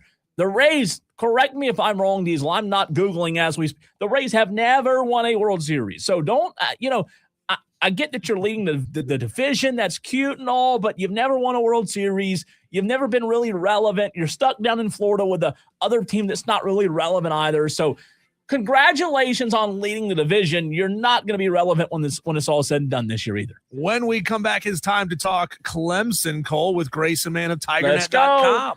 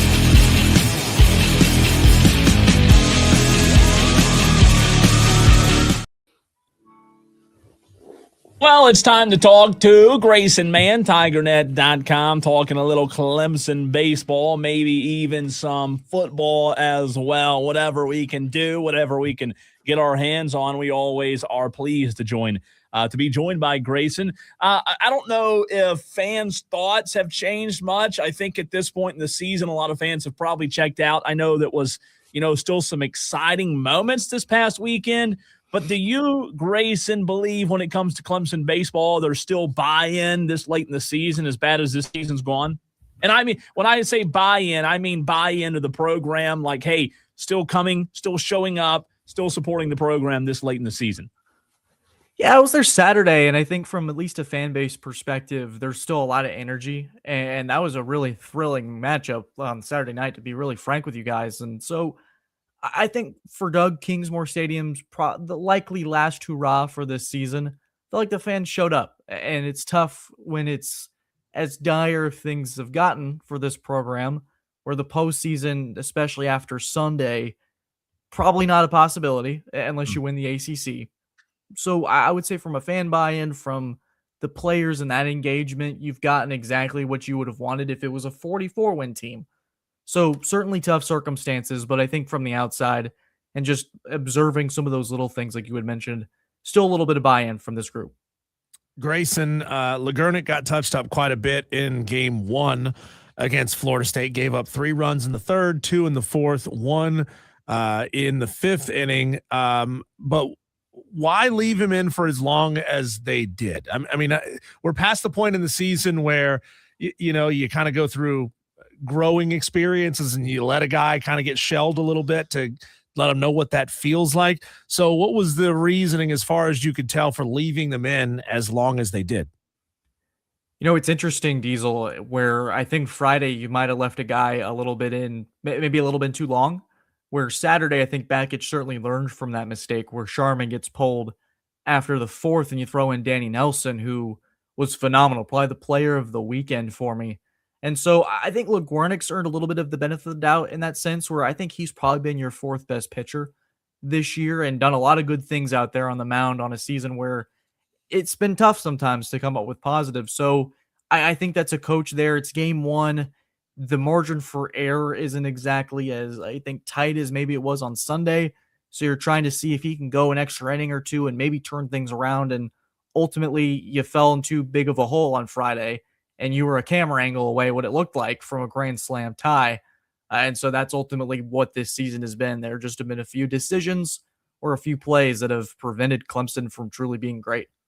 Grayson, you talk about like buy-in and fan support, and you said it. You were there over the weekend, and you saw fans there. Fans were still excited to be there. But man, how damning is it, almost in a way, to be where you are right now on the 11th day of May, compared to the past 2 years, where this time of year you and I and others were watching this Clemson baseball team about to enter the postseason. And hey, first few years under Eric Bakich has provided some pretty exceptional, exciting postseason baseball play. It hadn't always gone in the way Clemson wanted it to, but man, they've been competitive, right? Not saying this team's not competitive, but the drastic fall off, how do you think fans are taking that? It's been tough, and I think you have a lot of factors that maybe aren't baseball related, where football goes 7-6, basketball is a first-round exit in the NCAA tournament. So yeah, I think a lot of people viewed baseball as the sport that was going to save the calendar year, at least for the big 3, and it certainly hasn't been the case. So I feel like a lot of these frustrations have been building up for the last several months behind the scenes. And so you had a guy like Bakich, who for the large part of the decade and really for his entire tenure here, the postseason has been an expectation, and really making it's been a formality for this group. It's been relatively seamless, and this year has been frustrating for that matter, where it's probably not going to happen unless you have a remarkable run based on what we've seen this season. You got to win 6 games in a row, probably not coming for this Tigers team. But I would say frustration from the fan base is probably more stemmed from the idea that nothing has really gone Tiger fans' way this year. Grayson, Mann, TigerNet.com. You might have seen this video over the weekend. Monty Lee thanked the Carolina fans. He apologized to them, and then he promised that things were going to get turned around. It certainly seems at this point like he realizes he's got no shot at being the next head coach in Columbia, so he can be honest. You're in the room with Eric Bakich quite a bit. How has he, or how would you expect him at the end of the year to address the totality of what this 2026 season has been? If I had to sum it up in one word, I would imagine unacceptable will be a consistent theme for whenever Bakich delivers his, I guess, State of the Union address for how the 2026 season went for Clemson baseball. And he expressed confidence on Saturday night. Now, granted, this was before the Sunday loss. I felt like if they had won on Sunday, you have a little bit more momentum, and you could probably find a way to squeak into the postseason. But now it is a lot more interesting, and Bakich had mentioned it on Sunday about, yeah, our path is probably down to just one avenue, and that's winning the ACC tournament in Charlotte. And so I think he's acknowledging in himself that these opportunities have been there, they haven't come through, and now it's time for the do or die situation where for the Virginia Tech series, I'm curious to see how they operate there when they have to be in Charlotte on Tuesday for probably what's going to be breakfast ball. Grayson, have you heard much about who's leaving, who's staying when it comes to the transfer portal rumors? Not much, and I think that starts to be dug around probably in a few weeks. And so when you have a season like this, guys, I would imagine there's going to be a pretty serious haul. At least forwards, back, or whatever you want to go, where it's going to have players shuffling in, players shuffling out. You're going to lose a couple pieces.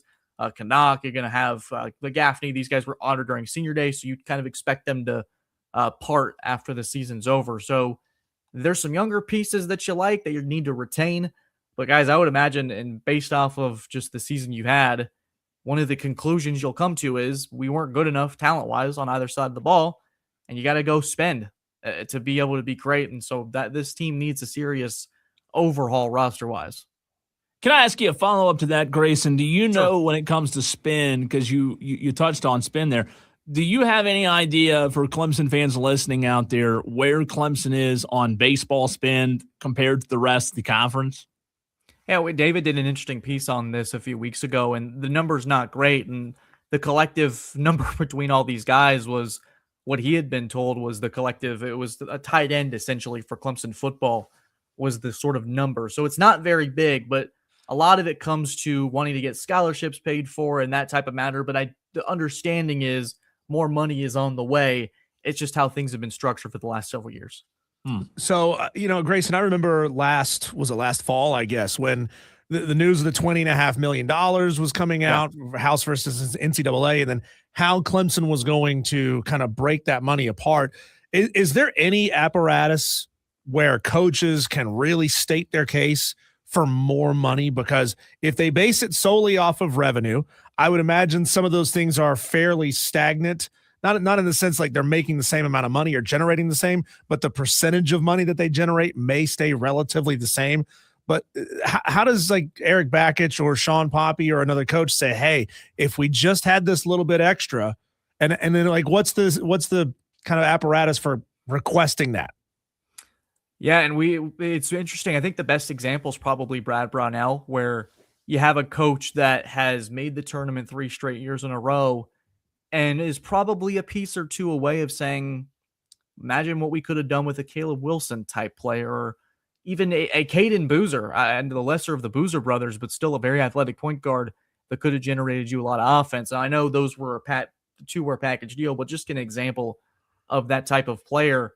And I think you had some reporting out there that $10 million was sort of the bare minimum for basketball. So I think some of these coaches, you sort of research, you talk to people, and you see what is the threshold that we need to be competitive, and then you go from there. And it's tougher for some of these schools where it's a football-dominated university. And so a lot of the dollars are going to go to Dabo Swinney in this program, and that's just kind of the reality of it. I think basketball is a close second in terms of, if we had to do a pie chart, football's getting a big chunk, and then it goes probably basketball. You would think baseball comes next, and then it kind of slimmers down from sport to sport. So it's going to fluctuate, and I think that some of these coaches will have the opportunity to say, we've had X amount of success. We need a bigger slice of the pie in order to keep that competitive. Sticking with money here for a second, a follow-up to that. I don't know if you saw this. early last week, I think it was, Kyle Whittingham at Michigan said that, hey, we're going to see a dozen or more programs by the 2027 class that are going to be $50 million rosters. Now, I asked an SEC guest on Wednesday who in the SEC is not going to have that $50 million by then. And he said there's actually a lot of programs that you would think would have it who won't have it, and vice versa. So I guess the question is, if $50 million is the money that you need to have to compete at the highest level, how far away is Clemson going to be from $50 million rosters in just 2 years time? In 2 years time, man, my understanding was last year was 25. So if you're charting it out like that, I mean, they're a ways away. And it sounds like this is maybe just the top 1% is 50 million. And there's a lot that goes into this. And as you guys know, it's incredibly complicated. There's an uphill battle for even for programs like Georgia and Alabama that are struggling to keep up. Alabama, one of those schools that you'd imagine with the Nick Saban allure and all the history that they'd be fine. And it's just this uphill battle for a lot of these top programs. So I think when Clemson fans look at it in their particular bubble, it probably looks like a disaster. But this is about 99% of the country, guys. It is a tough battle for a lot of these schools to climb. They just have to pick and choose and claw their way out for every dollar sign. Grayson, maybe you guys or somebody else already does this. I'm just curious on this money conversation. I think it's fascinating when you talk about Clemson's spend and everybody else's spend. Do you guys compile, like, I'm thinking in my mind, again, I've got to have it dumbed down, right? For me, we have like conference standings in football, right? So you've got the ACC conference standings, Clemson at the top, whoever at the bottom all year. Is there, maybe, again, tell me if you're already doing this, is there a place for NIL standings per conference of like, hey, here's the current spend of who's number 1, who's number 15 or whatever. Does that make sense what I'm asking? Yeah, I think some of that is disclosed based on whether it's private or public university. So even though it's NIL? I think some of those numbers, even for Duke and Darian Mensa's contract, I don't think those numbers were public. I think you had to dig around for it. I could be wrong there. Gotcha. But it becomes complicated when you have to discern between the two. But ultimately, I do believe that if you dug around enough, you kind of get an idea of who are the top spenders in each conference, and then it kind of divvies down from there. Like Miami, definite one of the top spenders in the ACC for sure. You look at Ohio State, you look at Indiana as a few examples. Indiana just winning the national championship and gets this massive donation. Was it from Wahlberg or a celebrity? I'm not sure who it was. Was it Cuban? Was it Mark Cuban that gave the money? Excuse me. Yeah, Mark Cuban, $50 million or something ridiculous that there's a number that you just can't even quantify being associated with college football. I just think that's fascinating. Not to cut. I just think the money standpoint. You know what I mean? I would like to see a live leaderboard almost. You know what I mean? Like it updates. I don't know if we'll ever get to there, but I want to. Yeah, I want to see where the money's being spent and where my team is, because I just don't feel like Diesel, Grayson. I don't feel like Clemson's near the top. And correct me if I'm wrong. In any sport, are they near the top in the? I don't feel like it. Yeah, it's fascinating. And I don't know, Grayson, who are the celebrity billionaire alumni from Clemson that could write a check? Maybe not the Mark Cuban size check, but a check. Grayson Mann. Oh no, I don't think they want my money. I don't. Now I might be able to get them a long snapper. But I'm not sure about that. Grayson, we've talked a lot about the prospect of Kevin Schnall headed to Columbia from the South Carolina perspective, but you guys around the TigerNet office kicking this idea around. If it happens, is Kevin Schnall in Columbia going to keep Eric Bakich up at night? I think so. That's a heck of a coach down there in Conway. That's sort of a sleeping giant that I feel like once you get to this time of the year, that name starts to trickle out as a top coach and so many big rumors. It may be as simple as that's his baby and he wouldn't want to leave it, but maybe there's some, that's a historic, I think a lot of people forget the Gamecocks have a pretty historic baseball program, and that would be a pretty seamless pairing, I would say, with some resources to be able to back it up. But I don't really have the number for South Carolina baseball, so I wouldn't be able to give you guys whether it would be enticing enough for him to leave Coastal Carolina. He's got a pretty good situation over there, and maybe that's tough to leave. Grayson, my last question for you. You mentioned it. Your words, not mine. It's been a tough calendar. It's been a tough year, sports-wise, for Clemson fans. Maybe the best thing that's happened in the past year has been the George Strait concert. Your co-part, David Hood, just released this not long ago when it comes to the information from the concert at Death Valley last weekend. 90-plus thousand, 90,37 to be exact, 90037. George Strait's largest outside of Texas. And then you look at the revenue. Why keep doing this, Diesel, Grayson? The athletic department said there were 106, just over 106,000 units sold of alcohol, generating $1.8 million in gross revenue. Total food and beverage, including alcohol, saw over 185,000 units sold, generating $2.8 million in gross revenue. Again, comparison to home games, this was obviously huge. Do you feel like Graham Neff, the decision makers, everybody else at I know it's not Graham Neff's decision to have concerts or not, but do you feel like these numbers are big enough for where this could be a normal occurrence? Yeah, it wouldn't shock me if we're seeing X star in May and June, like Morgan Wallen's coming up pretty soon. That's going to be another big hit. So you have 2 or 3 of those a spring and try to get yourself a few extra dollars here and there. That can't hurt anybody for Clemson. So I would imagine this isn't going to be the last time. Maybe it's not George Strait or Morgan Wallen, but yeah. I would imagine if you're a big star, you have that type of arena to work with. It's a big place. It's a big spot. And it's a very, especially if you're going to go for maybe a country Southern demographic, that would be the spot to do it. Certainly for Clemson. Grayson, how does it make you feel to know that Dabo Swinney is the type of guy that has his phone out the entire time at concerts, FaceTiming other coaches to say, hey, look at me.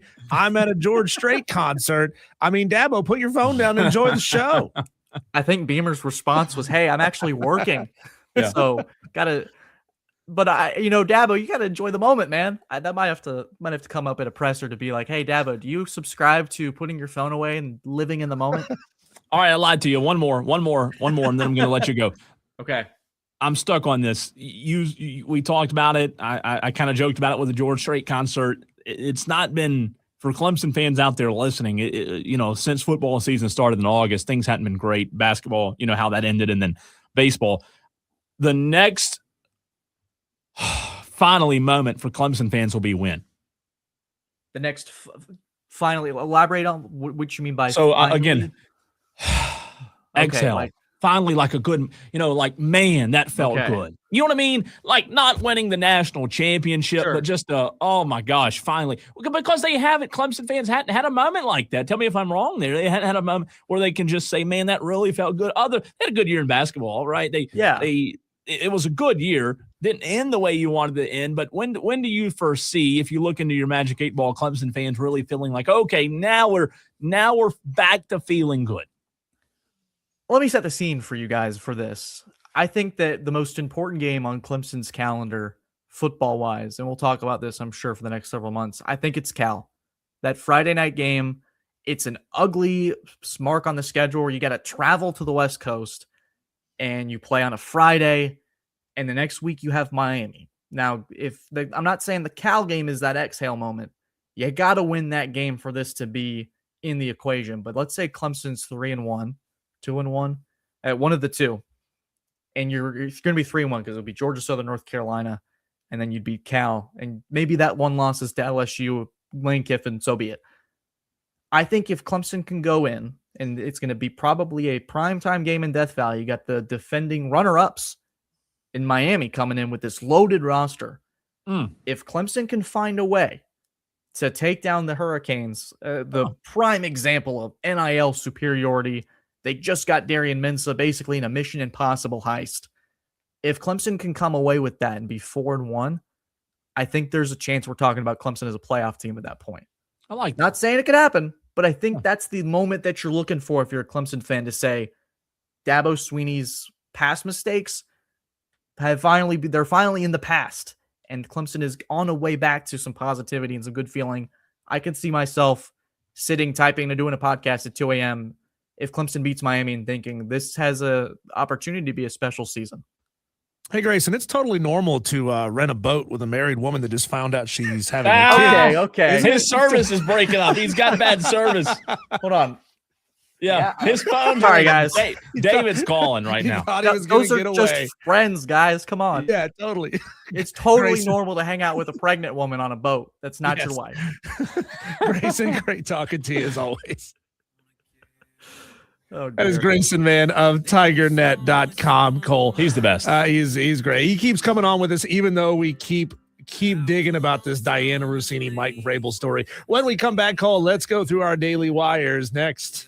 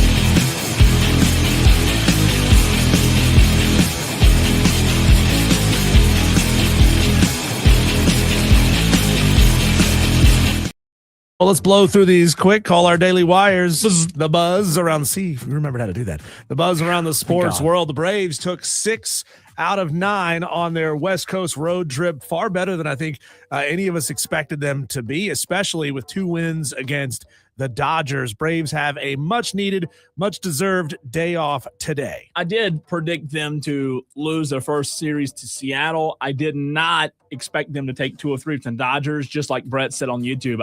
I was pretty, if they lost on Friday and I said, I'm done with it. We can't beat the Dodgers. I'm done. I can't stand the Braves. I thought it was going to come, just barreling down, but they were resilient, and that's what I like. Some NFL news for you. The Chargers have agreed to terms with former Browns tight end David Njoku on a 1-year, $8 million deal. Good for the Browns, bad for David. Yep. San Antonio Spurs star Victor Wembanyama experienced his first career ejection last night. Game 4 of the Western Conference semifinals. He threw an elbow at the jaw of Naz Reid from the Minnesota Timberwolves in the second quarter. Spurs coach Mitch Johnson says he didn't condone the actions. He did say, though, they need to do a better job of protecting a 22-year-old big man from the physicality that's routinely imposed on him by opponents. Real quick on the NBA last night, Knicks 76ers blowout. Knicks look like world champions right now. They look really good. They beat 76ers 4-0. But that Spurs Timberwolves game, I hadn't watched like a ton of NBA this year, but that was the best game last night that I've watched all year. It was incredible, crazy what happened with Wemby, though. It's official, Cole. We talked about this earlier. We are past the halfway point of college football's 222-day off season. We're now at 110 and counting down. Love it. Love it. The NCAA has approved a proposal that would allow conferences to choose which 5 and 7 teams fill open bowl slots when there aren't enough bowl-eligible teams. Previously, they used the academic progress ranking, and now they still have to adhere to standards, minimum standards, but the conferences can choose who's going to I don't hate that. Yeah. Fine John Rahm shot a rare albatross on Sunday at the par 5 17th at Trump National Golf Club in D.C. at a LIV event, but nobody saw it because LIV didn't have a camera on John Rahm at the time. Thank God PGA's not the only one making bad mistakes like they did in the Masters, by the way. I mean, at the Masters, they had a camera on Rory. You just couldn't see the ball. Couldn't see the ball. But, by the way, PGA Championship Week. Yeah, I forgot to mention that earlier. Mm-hmm. PGA Championship is here, baby. I love it. The Hurricanes sweep again, beating the Flyers 3-2 in overtime on Saturday to make 2 straight sweeps to start the NHL playoffs. Jackson Blake scored his second goal of the game 5 minutes and 28 seconds into overtime for the win. They will now face the winner of the Sabres and Canadiens. Montreal leads that series 2-1, Cole. So it could be a while before the Hurricanes play again. It's good. Excuse me. I'll tell you this. Last night, I watched a hockey game. I told you I finished watching the Timberwolves game, and then I turned on the Golden Knights and the Ducks. It was a good game. It was good. I actually kind of enjoyed it a little bit. The last Daily Wire here for you. The NBA draft order is out. Wizards will pick 1, Jazz 2, Grizzlies 3. The Charlotte Hornets, by virtue of making the play-in tournament this year, they will pick 14th and are mocked at the moment to take Adai Mara, the 7'3" junior center out of Michigan that just won a national title. He averaged 23 minutes, 67% from the field, 7 rebounds, and 12 points a game. He is projected to be the first center off the board. It was also announced earlier today, Diesel, the first NFL Sunday night game this season. Cowboys-Giants. It'll be Dak Prescott versus Jackson Dart to kick things off on Sunday Night Football. So it is creeping its way closer. But it's time to creep in on the phone lines with your overreactions. Overreaction Monday next.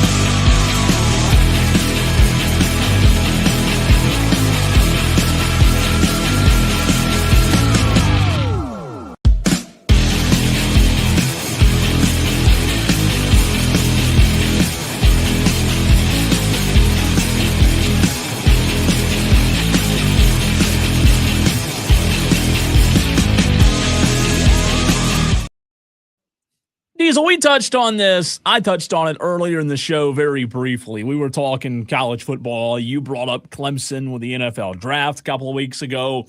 And I want to begin Overreaction Monday on this Monday with a little Clemson thought/overreaction.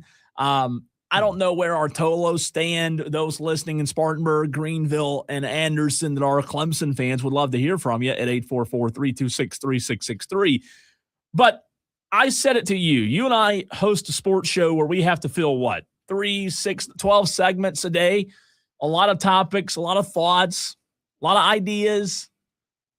And some of those thoughts quickly leave our brain. But the one thought that has not left my brain since the NFL draft, even being out of the country last week, is Clemson had a lot of players drafted, didn't they? Mm-hmm. Like a lot. Off a bad team. And the one thought that has not left my mind, the one that I've still, it's not that I'm choosing to meditate on it. It's just it hadn't left yet. I'm getting hung up on it. You get hung up on things in life. I'm getting hung up on how bad it looks on Dabo Swinney to have all of these guys drafted. And you look back at what you did in 2025, and you were nowhere near the postseason conversation.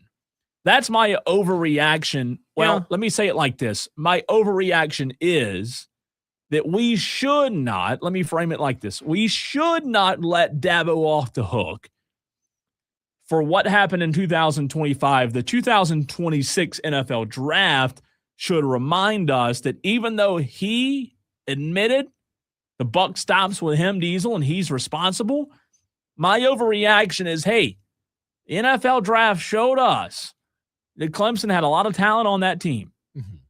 And maybe it's an overreaction, maybe it's not. But the fact of the matter is, in my mind, it continues to look worse and bad on Dabo, even worse now than it did when the season was over. It's a fascinating study in like mass delusion, right? Mass hysteria. There's been a lot of situations in history where mass delusions and hysterias have taken over. You can't explain it. It just happens. Like everybody sort of starts going in a similar thought direction, and it's really, really hard to come off of that. Here's the thing. Going into the season last year, you looked at Parker and Woods and all these guys that you expected to be drafted, and it really boosted up the Phil Steele, ratings on this team. I think they had like the number 1 or a top 5 unit in like every position group leading into the season. Most of them. And then you saw what you saw over the course of the season, which is all these players that were supposed to make Phil Steele look like the smartest man in the room. They all underperformed. And then you get into NFL draft time, and it didn't seem to affect any of the team's opinions at all. The guys that we expected to be first rounders, almost all of them were first rounders. Who was the one? It was a TJ Parker, I think. TJ went early second. Is it Peter? Okay. I couldn't remember which one went second round. Still, second round is a high draft pick, right? So all of these NFL teams, they all looked at these players and they all still said, oh yeah, we still believe in the assessment before last season. What happened between August and December doesn't really matter to us. Well, I think that's kind of my point is when I say this is an overreaction, I don't know that it is. Like, it may be to some Clemson fans. It might not be to others, because what I'm getting at is, okay, the season ended for Clemson last year. When it ended, we knew how bad it was. We knew how bad the season was. But guess what we did? We flushed it. Like, that's what we do as media, as fans. We flush it. And then April comes around, and I think there's even more egg on the face of Dabo after 2 weeks ago on Thursday when that draft. All these guys went, all this talent. What you just said is true. The bad season didn't really screw it up drastically for these players. Right. They still got drafted. And I'll even go a step further. I think the egg's only going to get worse on Dabo's face, because I do believe Peter Woods and TJ Parker and a lot of these players that were drafted, I do believe they're good players. And I think it's going to only get worse for Dabo, because I think a lot of these players will go on to have pretty good NFL careers. Like, are you telling me that all these teams, the Lions, the Chiefs, the Falcons, the Bills, the Commanders, they all drafted Clemson players in the first 3 rounds? Are you telling me that all of them are sort of blaming Tom Allen and saying, like, it's it's not the players' fault that they underperformed. It's the coaching staff who didn't get everything out. Like they still see the high potential out of these players rather than caring much about the results. Well, here's what I'm going to say to that. I'll answer that by contradicting myself a little bit. I think, while I'm hard on Dabo, I think a lot of these NFL organizations didn't put as much stock into the result of the season from a team standpoint. Because why? Because Dabo's already proven for 15 years that he puts dudes in the NFL. And guess what? Most of the time, those dudes he puts in the NFL pan out pretty well. Most of the time. True. He got bust every now and then. It happens. But Dabo Swinney's put a lot of good football players in the NFL. So that sounds contradictory to what my original point is my gosh, just don't look good for Dabo.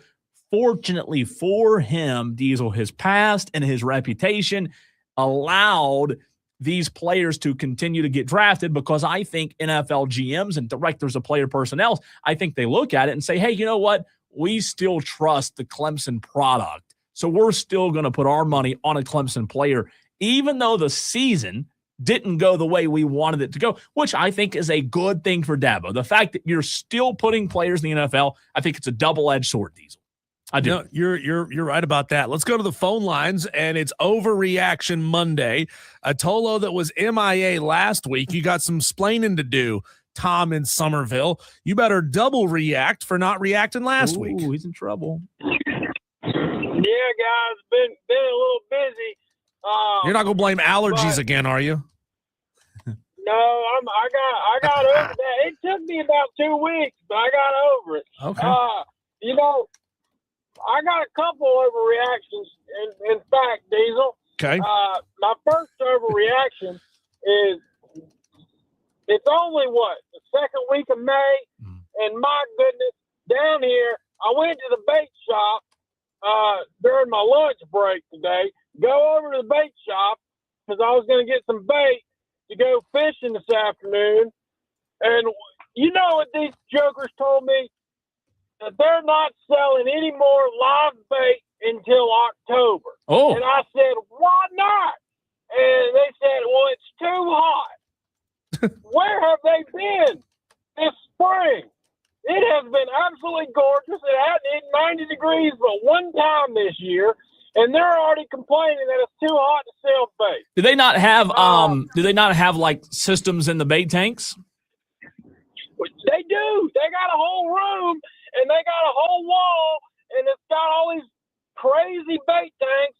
They got shiners in one for the fresh water. They got minnows in another one. And then they got a whole nother section for saltwater live bait. And they said they're not selling any more freshwater live bait till October. Well, why didn't you just tell them? Why didn't you tell them, Tom, to trust you that you're a master?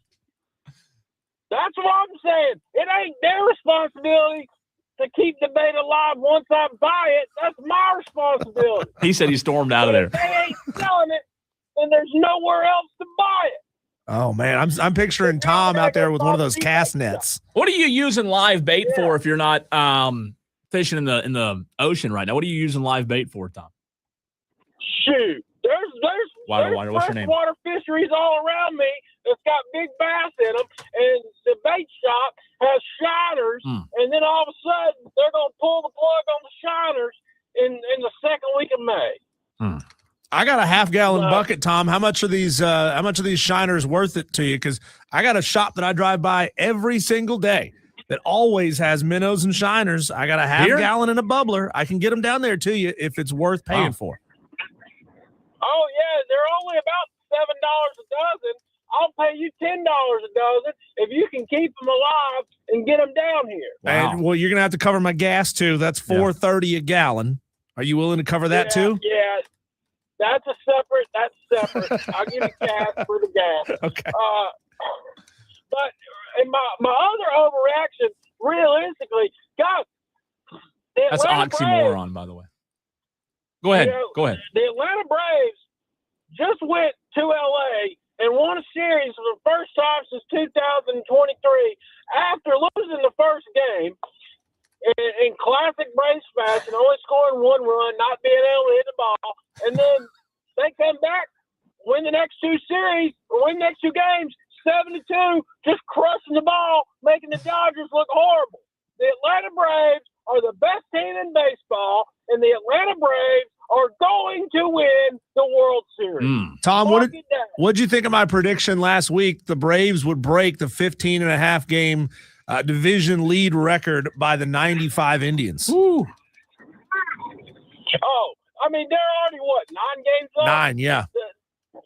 The division is so bad, guys. Like, this division is horrible. The Braves realistically could have a 15, 16-game lead by the All-Star break. Mm-hmm. Don't say that, though, Tom. As soon as you say that, the Philly, don't say that. Just don't. He's just thinking positively, though. We're supposed to think positive. I know. It just worries me. It worries me to think that way. And the thing is the Braves have built up enough, room to where they can still have a couple, a couple games to slide, and they'd be fine. Yeah. Like, that's why I was fine if they went to LA and lost the series because they built up all that equity. But now they get the Cubs at home, who right there with them as far as one of the best records in baseball. Yeah. Tom, you're gonna feel really good. 2-part question here, Braves related. You're a Braves fan. 2-part question. Part 1. A slide of 10 games or more, let's say 10 to 15, where things go sour, like 7 of 15. A slide will happen this year, yes or no? Oh, it's baseball. Okay. All right. It will. Part 2. Will it happen before the All-Star break or after? I hope it happens before the All-Star break. Okay. Why? Well, it gives you a chance to go into the All-Star break, get rested, you get humbled a little bit, you go make a few moves, you come back after the All-Star break, you hit the ground running, and go finish the season off on a high note, win the World Series. And the reason I asked that, Diesel, Tom, is as a Braves fan, I am enjoying the heck out of this right now, but I'm scared to death. I'm not going to lie to you. I'm scared to death because it just sounds too good to be true. But before I hang up, I want to say this. There's rumors of Mike Trout. Yeah. I personally am not a fan of making a trade like that simply because you have to give up too much.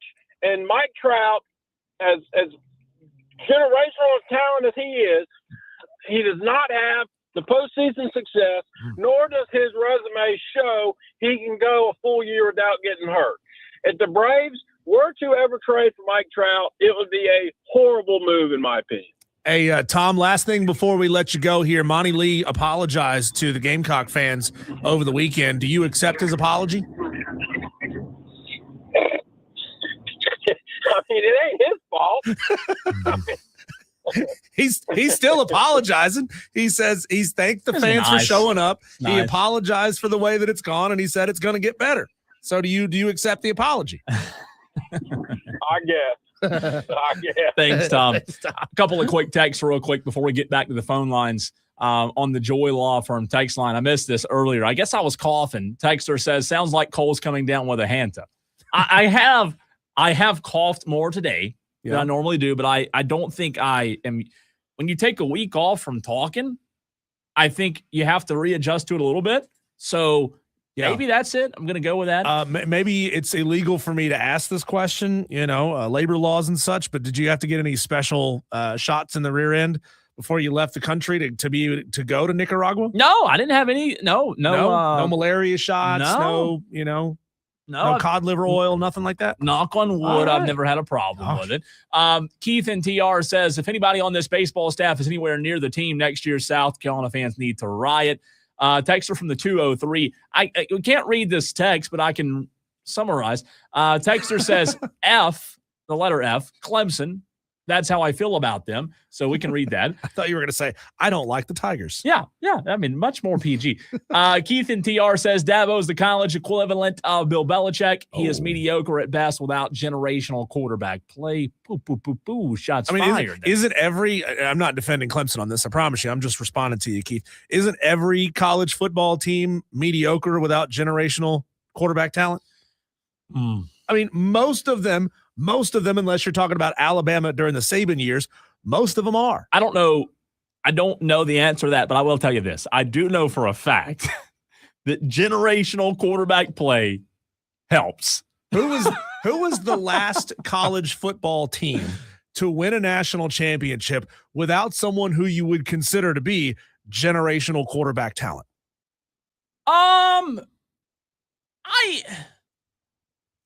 Last year, so Julian's saying that those guys lost in the postseason. If they would have won it, I think that'd have been. Nick Saban had a few teams that that weren't great quarterback play. I mean, no disrespect to like AJ McCarron and those kind of guys. You go back though, you got JJ McCarthy, Stetson Bennett, Mac Jones, Joe Burrow, Trevor Lawrence, Tua, Deshaun. I mean, these were all really, really good quarterbacks. Yeah, They were good. Most of them have had good careers in the NFL. Jersey Joe on the Joy Law Firm text line says that Tom from Somerville can be a master baiter. Jersey Joe coming in with a that was put it on a tee there, and Tom did not take a hack at it. Texter says it's not saying much. The Braves beat the Dodgers. Ha ha. The Miami Marlins beat the Dodgers. Okay, well, hey, they're still the best team. On paper, money can buy, right? Adam gets in, says predictions or asks predictions for high school baseball tonight. Adam, I don't know all the games tonight. I'll tell you this, though. If you call and tell me the games, I'll give you a little prediction. I know there's a lot of good playoff baseball, like really good games tonight. I just don't know all of them happening. I know Burns has Dutch Fork and J.L. Man. Is it J.L. Man Dorman? Adam, correct me there. Is it J.L. Man Dorman? Help me out a little bit. But I will. If you give me the games, I'll be glad to tell you what I predict on that. Cocky for a reason, wanting the weigh-in Diesel, Overreaction Monday. What do you say, Cocky?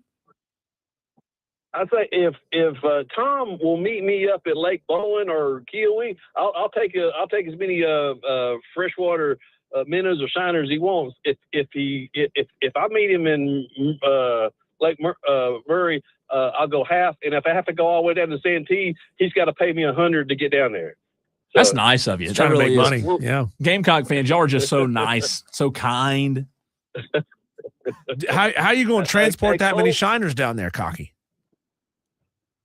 No, I put them in the back of my boat. I'll just take the cover off. I can put a bunch of shiners in there. Okay.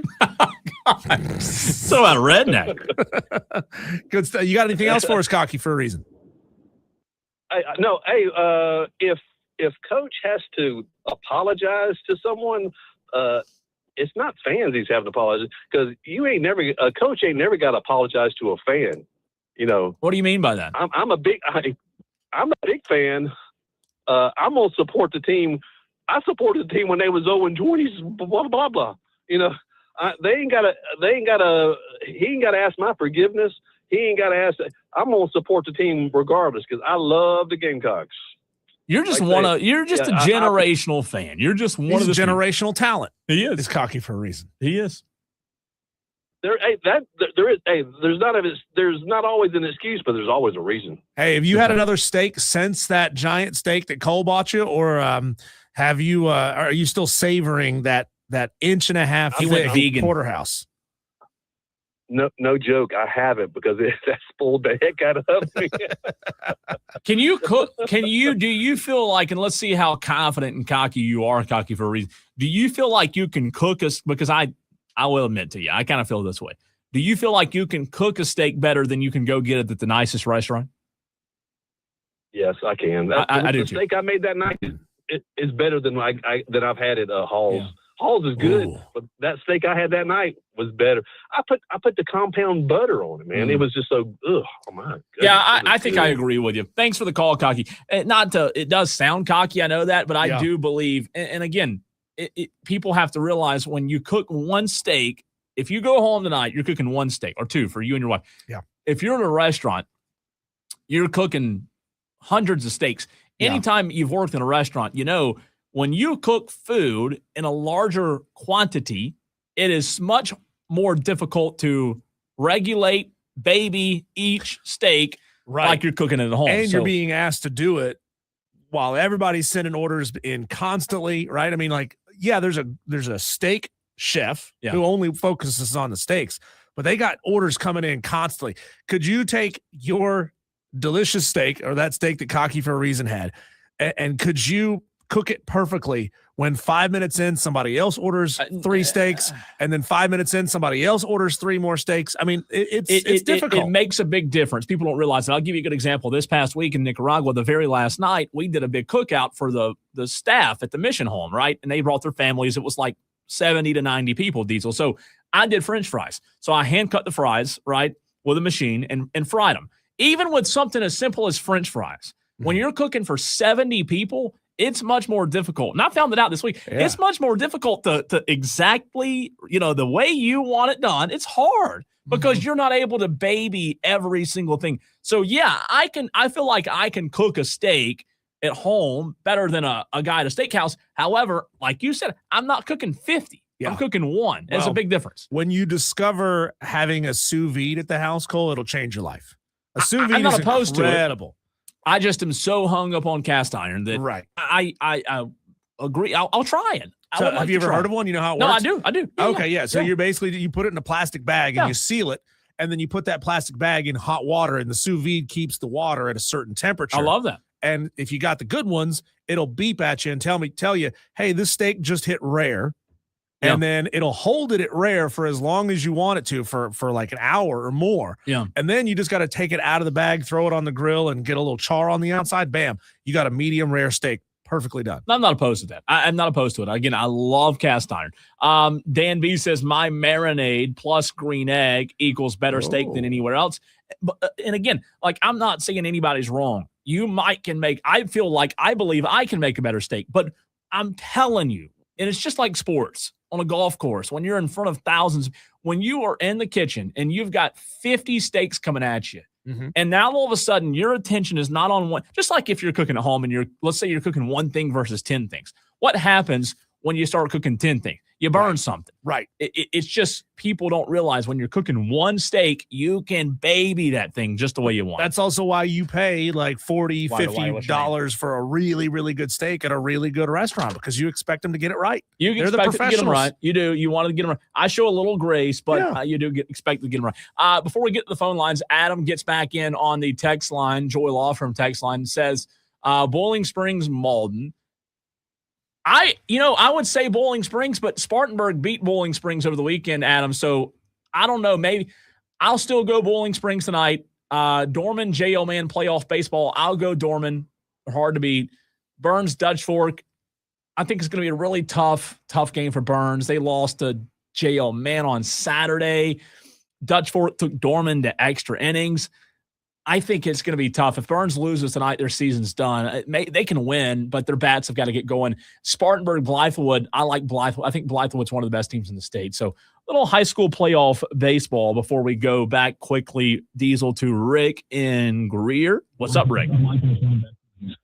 Not much. I just wanted to let y'all know that we're having a event at Serene Stadium January 2nd. We want everybody to come out. What did you just say? Who is we and what is the event? Did you hear what the date he said? Okay. January 2nd. We might not be alive by January 2nd. Yeah, the meteor's coming. Excuse me, July 2nd. Okay. July 2nd. Are you sure? Yes. It's July 2nd, and I'm doing the thing, trying to raise money for a person, and it's the World Midget Wrestling Championships at Serene Stadium. No, it's not. Yes, it is. No, it's not. Yes, it is. No, it's not. You can get your. What are you raising money for? Stilts? No, we've got a guy that's real sick, and we're trying to raise money for him. That's it. Are you sure it wasn't on June 2nd? Now we've got a sponsor. Is Porky's Peanuts out of Marietta, South Carolina, and you can get your ticket. You can get your tickets at 1-800-Porky's. Okay, that's not enough numbers. Why are you making a joke out of somebody that's sick and lying about an event at a stadium?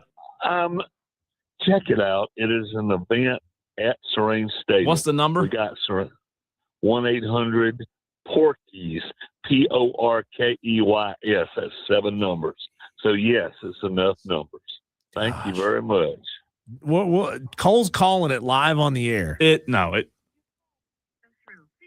The call won't go through, Rick, and then he just disappears off the phone lines. Where does he make this? Oh my God! I mean, you're lying about a guy being sick, Rick. This is terrible. Then again, I'd go see midget wrestling. Yeah, I mean, that's the only kind of wrestling I'd go see. Probably would be funny. I'd probably go too. I'd have to do a lot of praying afterwards. I would go, but I just. That's Rick. You're terrible. You're terrible. You are all. Lefty Tiger says cooked steaks for the fam last night for Mother's Day. Best steaks I've ever cooked. I'm the guy that goes, pays for steak because I usually can't get them anything but well done at home. You mean it's easier? Just take yours off the grill sooner, Lefty. Oh, does everybody else at the house need to have well done steaks, and you don't like yours well done? Is that what you're trying to say? The best. I do think it's harder to regulate on just a regular old gas. I like gas grills, but it's harder to like baby it. I think that's just my opinion. It's even harder on a charcoal grill. Yeah, because you can't mess with the flame. I'm just telling you get that cast iron. If they would let me do a live cast iron steak at Ingles, people would be blown. I'm telling you, so good. There's a reason why, and we got one more phone call coming in. There's a reason why when you go to a good restaurant like that, a lot of the times the steaks are cooked on cast iron. Flat, yeah. Because I mean they don't have big old gas grills out back. Yeah, I'm with you. All right, we are going long and Overreaction Monday. It's okay. We break the rules every now and then. Dan P., what's on your mind? Do you have an overreaction, Dan? Bing bong. So Rick's point, there's probably nothing legit about what he said, but there is an Extreme Dwarfinators Wrestling at Doc Tavern on June 21st. That's right there. Oh my Diesel. God. That's right there. Doc's, it's across the road. Doc's is literally across the road. Yeah. What day of the week is that? We can walk over there from here. What date did you say? June 21 and 22. What are you doing? The parking lot? Sunday, Monday. We could go over there Monday after the show, Cole. What do you think? It might mistake me for one of the wrestlers, you know? Put the lifts in your shoes. Why don't you guys just broadcast live from the parking lot? Need a sponsor? If we get a sponsor, we're all in. Hey, can you call somebody at Delta, see if we can get a sponsorship? That'd be great. Who would be the best sponsor for a midget wrestling competition? It have to be something with short. You know what I mean? Like, I mean, Rick and Greer. Now he's got us down this rabbit. It's terrible. It's terrible that Rick can get us down this rabbit hole. Hey, what do you think about? Since you're a pilot, Dan, what do you think about Spirit shutting down? That's a shame. It's always sad. But why? I mean, fuel costs. What's the reason? Are you going to be the one to make them put their shoes on before they get on the board? No, I mean it's about the profit margins of any airline is like 1% to 2%. So when gas doubles, and if you can't get away with raising your prices, that's it. I see what you're saying. You have to raise your prices because of the fuel. Yeah, if not, you're losing money. And then people get mad because you're not the cheap airline anymore, right? Yeah, that's true. Exactly. Probably don't fly it. It's a good point. Dan, thanks for the call, man. Good stuff. Yes. Thanks, Dan. That's interesting, though. It is interesting to see. There's one more cheap flight. One more cheap. Is it Allegiant? I think so, yeah. Really cheap. They fly from like here to Florida a lot. Yeah, you have to like run to both sides of the plane. I think it's Allegiant. Yeah. But it is wild to see. Speaking of wild, that was a wild segment. I think you have to keep your suitcase on your lap for Allegiant flights. You do. Yeah. They don't even have a cargo hold down below. Tolos, let's jump off to break here because on the other side of the break, the aforementioned apology from Monty Lee apologizing to Gamecock fans. Also got audio. We mentioned this earlier. Rory absolutely ripping live golfers last Friday. And Cole, we got another piece of audio, a little game show from Barstool where it's just one more piece of evidence that Mike Vrabel and Diana Rossini were definitely bumping uglies. That's next. I know your daddy ain't home, so ride with me tonight. You always wind up here.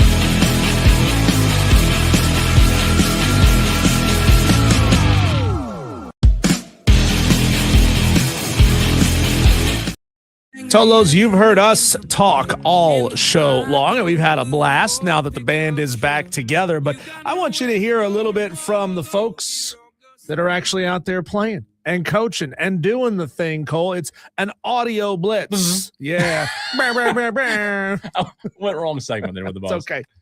I hadn't been here in a week. Yeah, it's I'm surprised. I'm just shocked that you remembered to do the buzz during the Daily Wires. I hadn't hit a lot of buttons wrong yet, but I still have an hour and a half to hit some wrong buttons. We'll see if I can remember how to do this thing again. Cole, we talked about this earlier in the show. The Atlanta Braves are playing white-hot baseball. Hopefully it doesn't cool off anytime soon.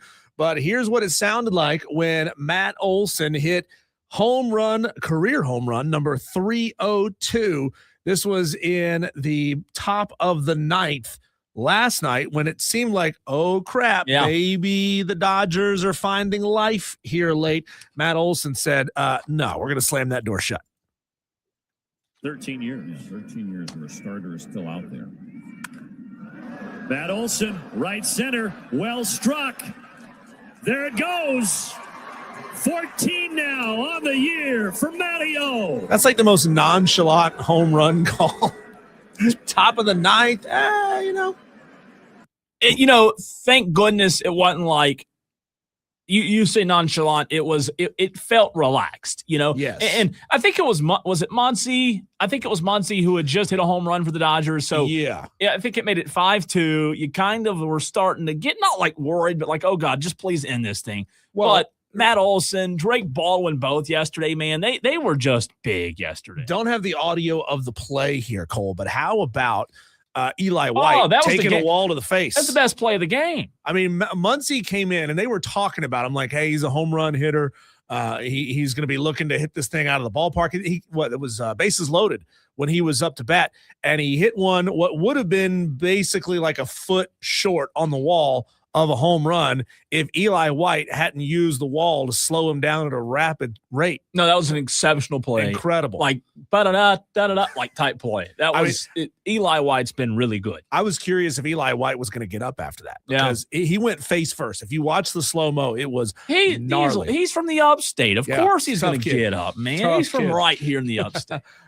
Cole, we also talked about this, man. It's sad to have two legends of the franchise in Bobby Cox and Ted Turner pass away within a couple of days of one another, and obviously a player that was touched by both of them in a major way. Former Braves pitcher John Smoltz, he was on the broadcast talking about what these two guys, especially Bobby Cox, meant to him. Not going to play the whole thing because this is about 3 minutes long. I might start crying. But here's a little taste. It's great to hear what the people who played with him and worked with him on a daily basis felt about these two men. To talk more about the loss of Bobby, we welcome in our very own Hall of Famer, and of course, our analyst, Brave superstar John Smoltz. John, 20 years, 2 decades under Bobby Cox, the guy who traded for you and brought you to Atlanta.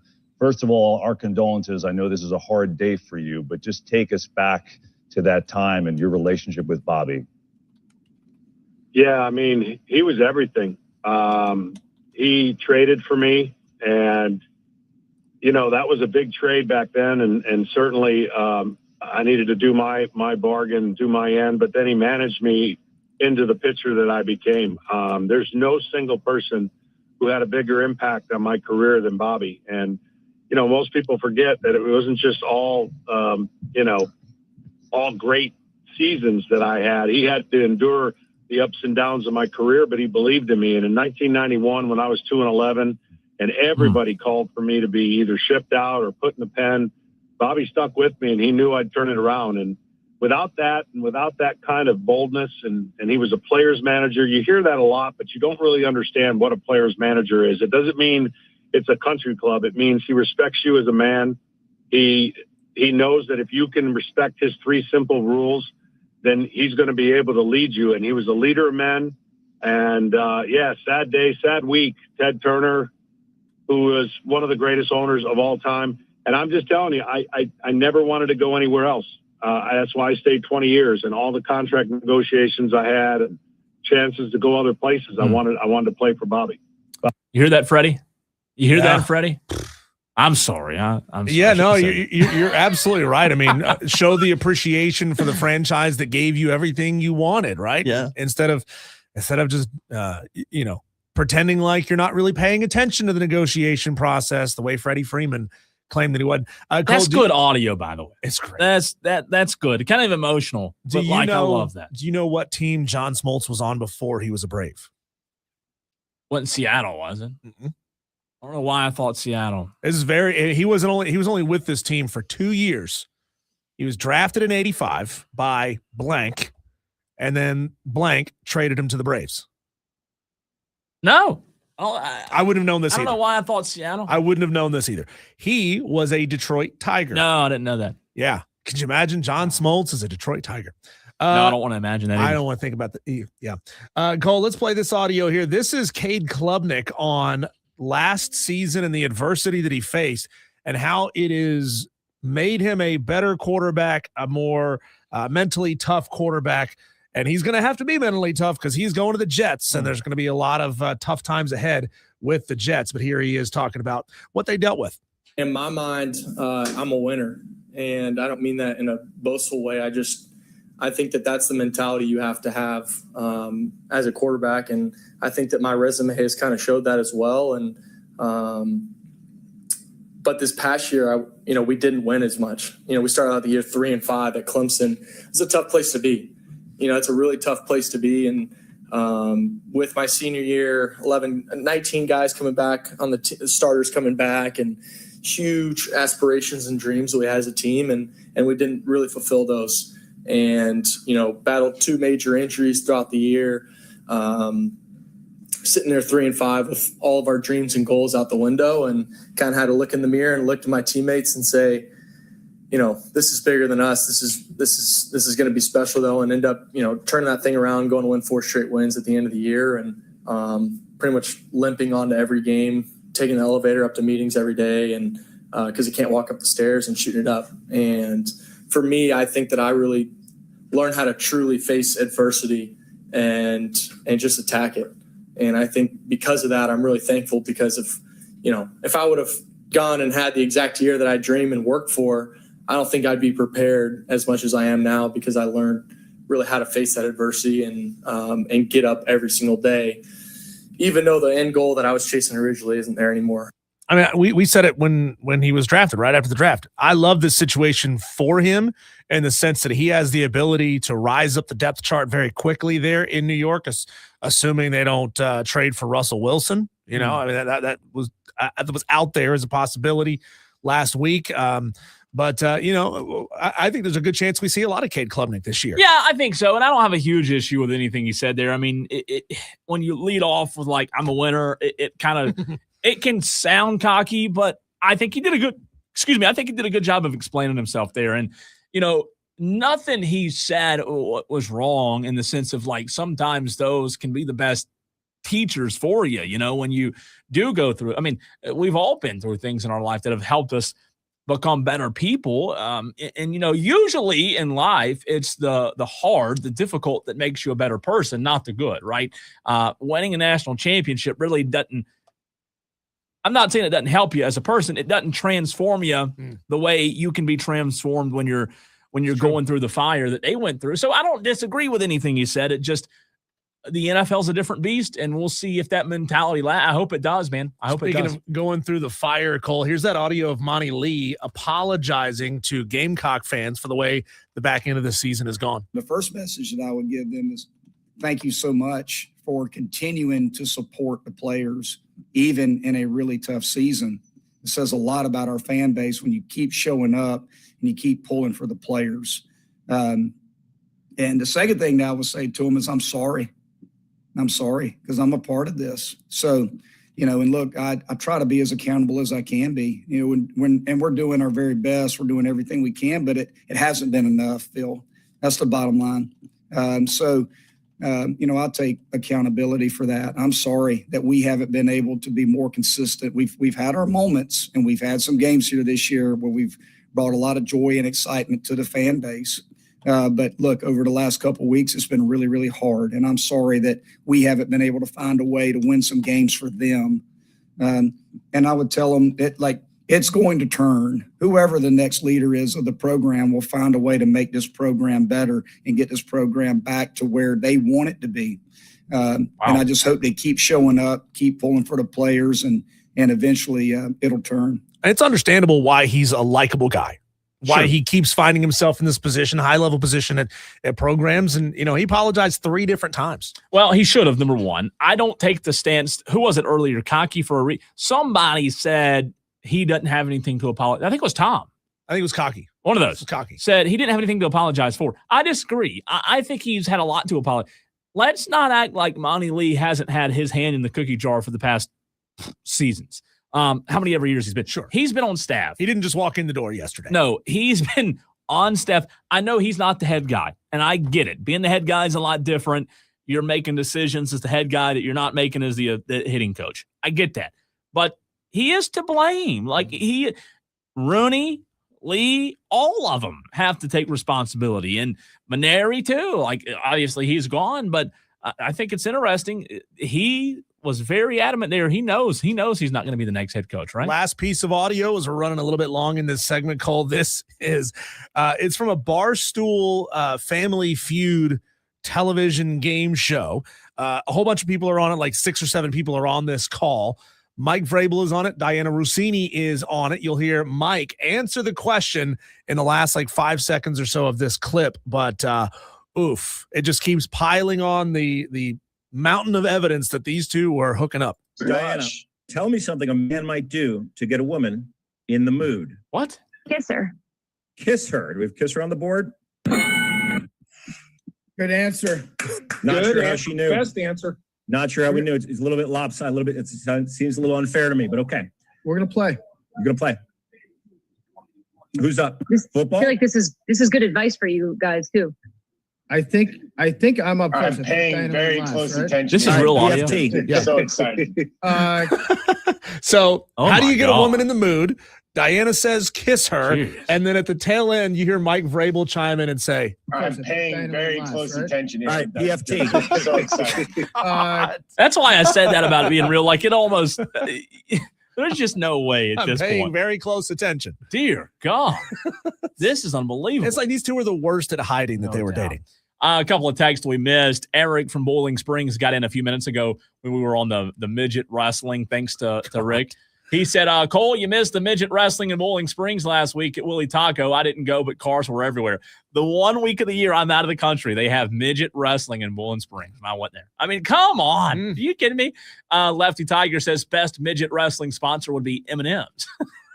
How about Tic Tacs? I like Tic Tacs better. I think that's pretty good. It's pretty good. Well, that was some good audio. I don't know what to make of the Vrabel and Rossini, but it's something. Duh, we could all see this coming. It's something. Final segment of hour 3 next.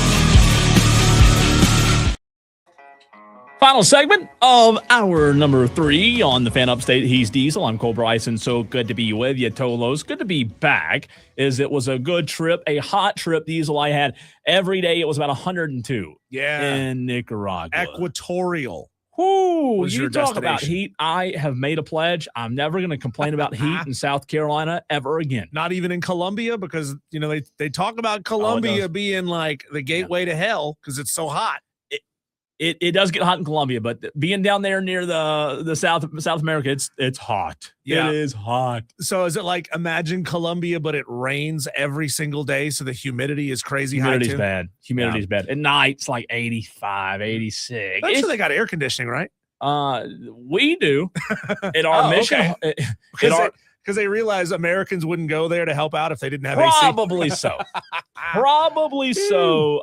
That is probably true on that. But it was a good trip. Good to be back, though. We've got a lot to tackle, and then you're going to be gone next week, I believe, right? That's true. I'll be out next week celebrating my birthday, playing a lot of golf, I'm sure. Maybe I'll do absolutely nothing for a week. That sounds pretty great, Nothing too. wrong with that? Our pool is open, by the way, so I might spend a lot of time there. When we come back, let's spend some time talking college football. We have just crossed the mile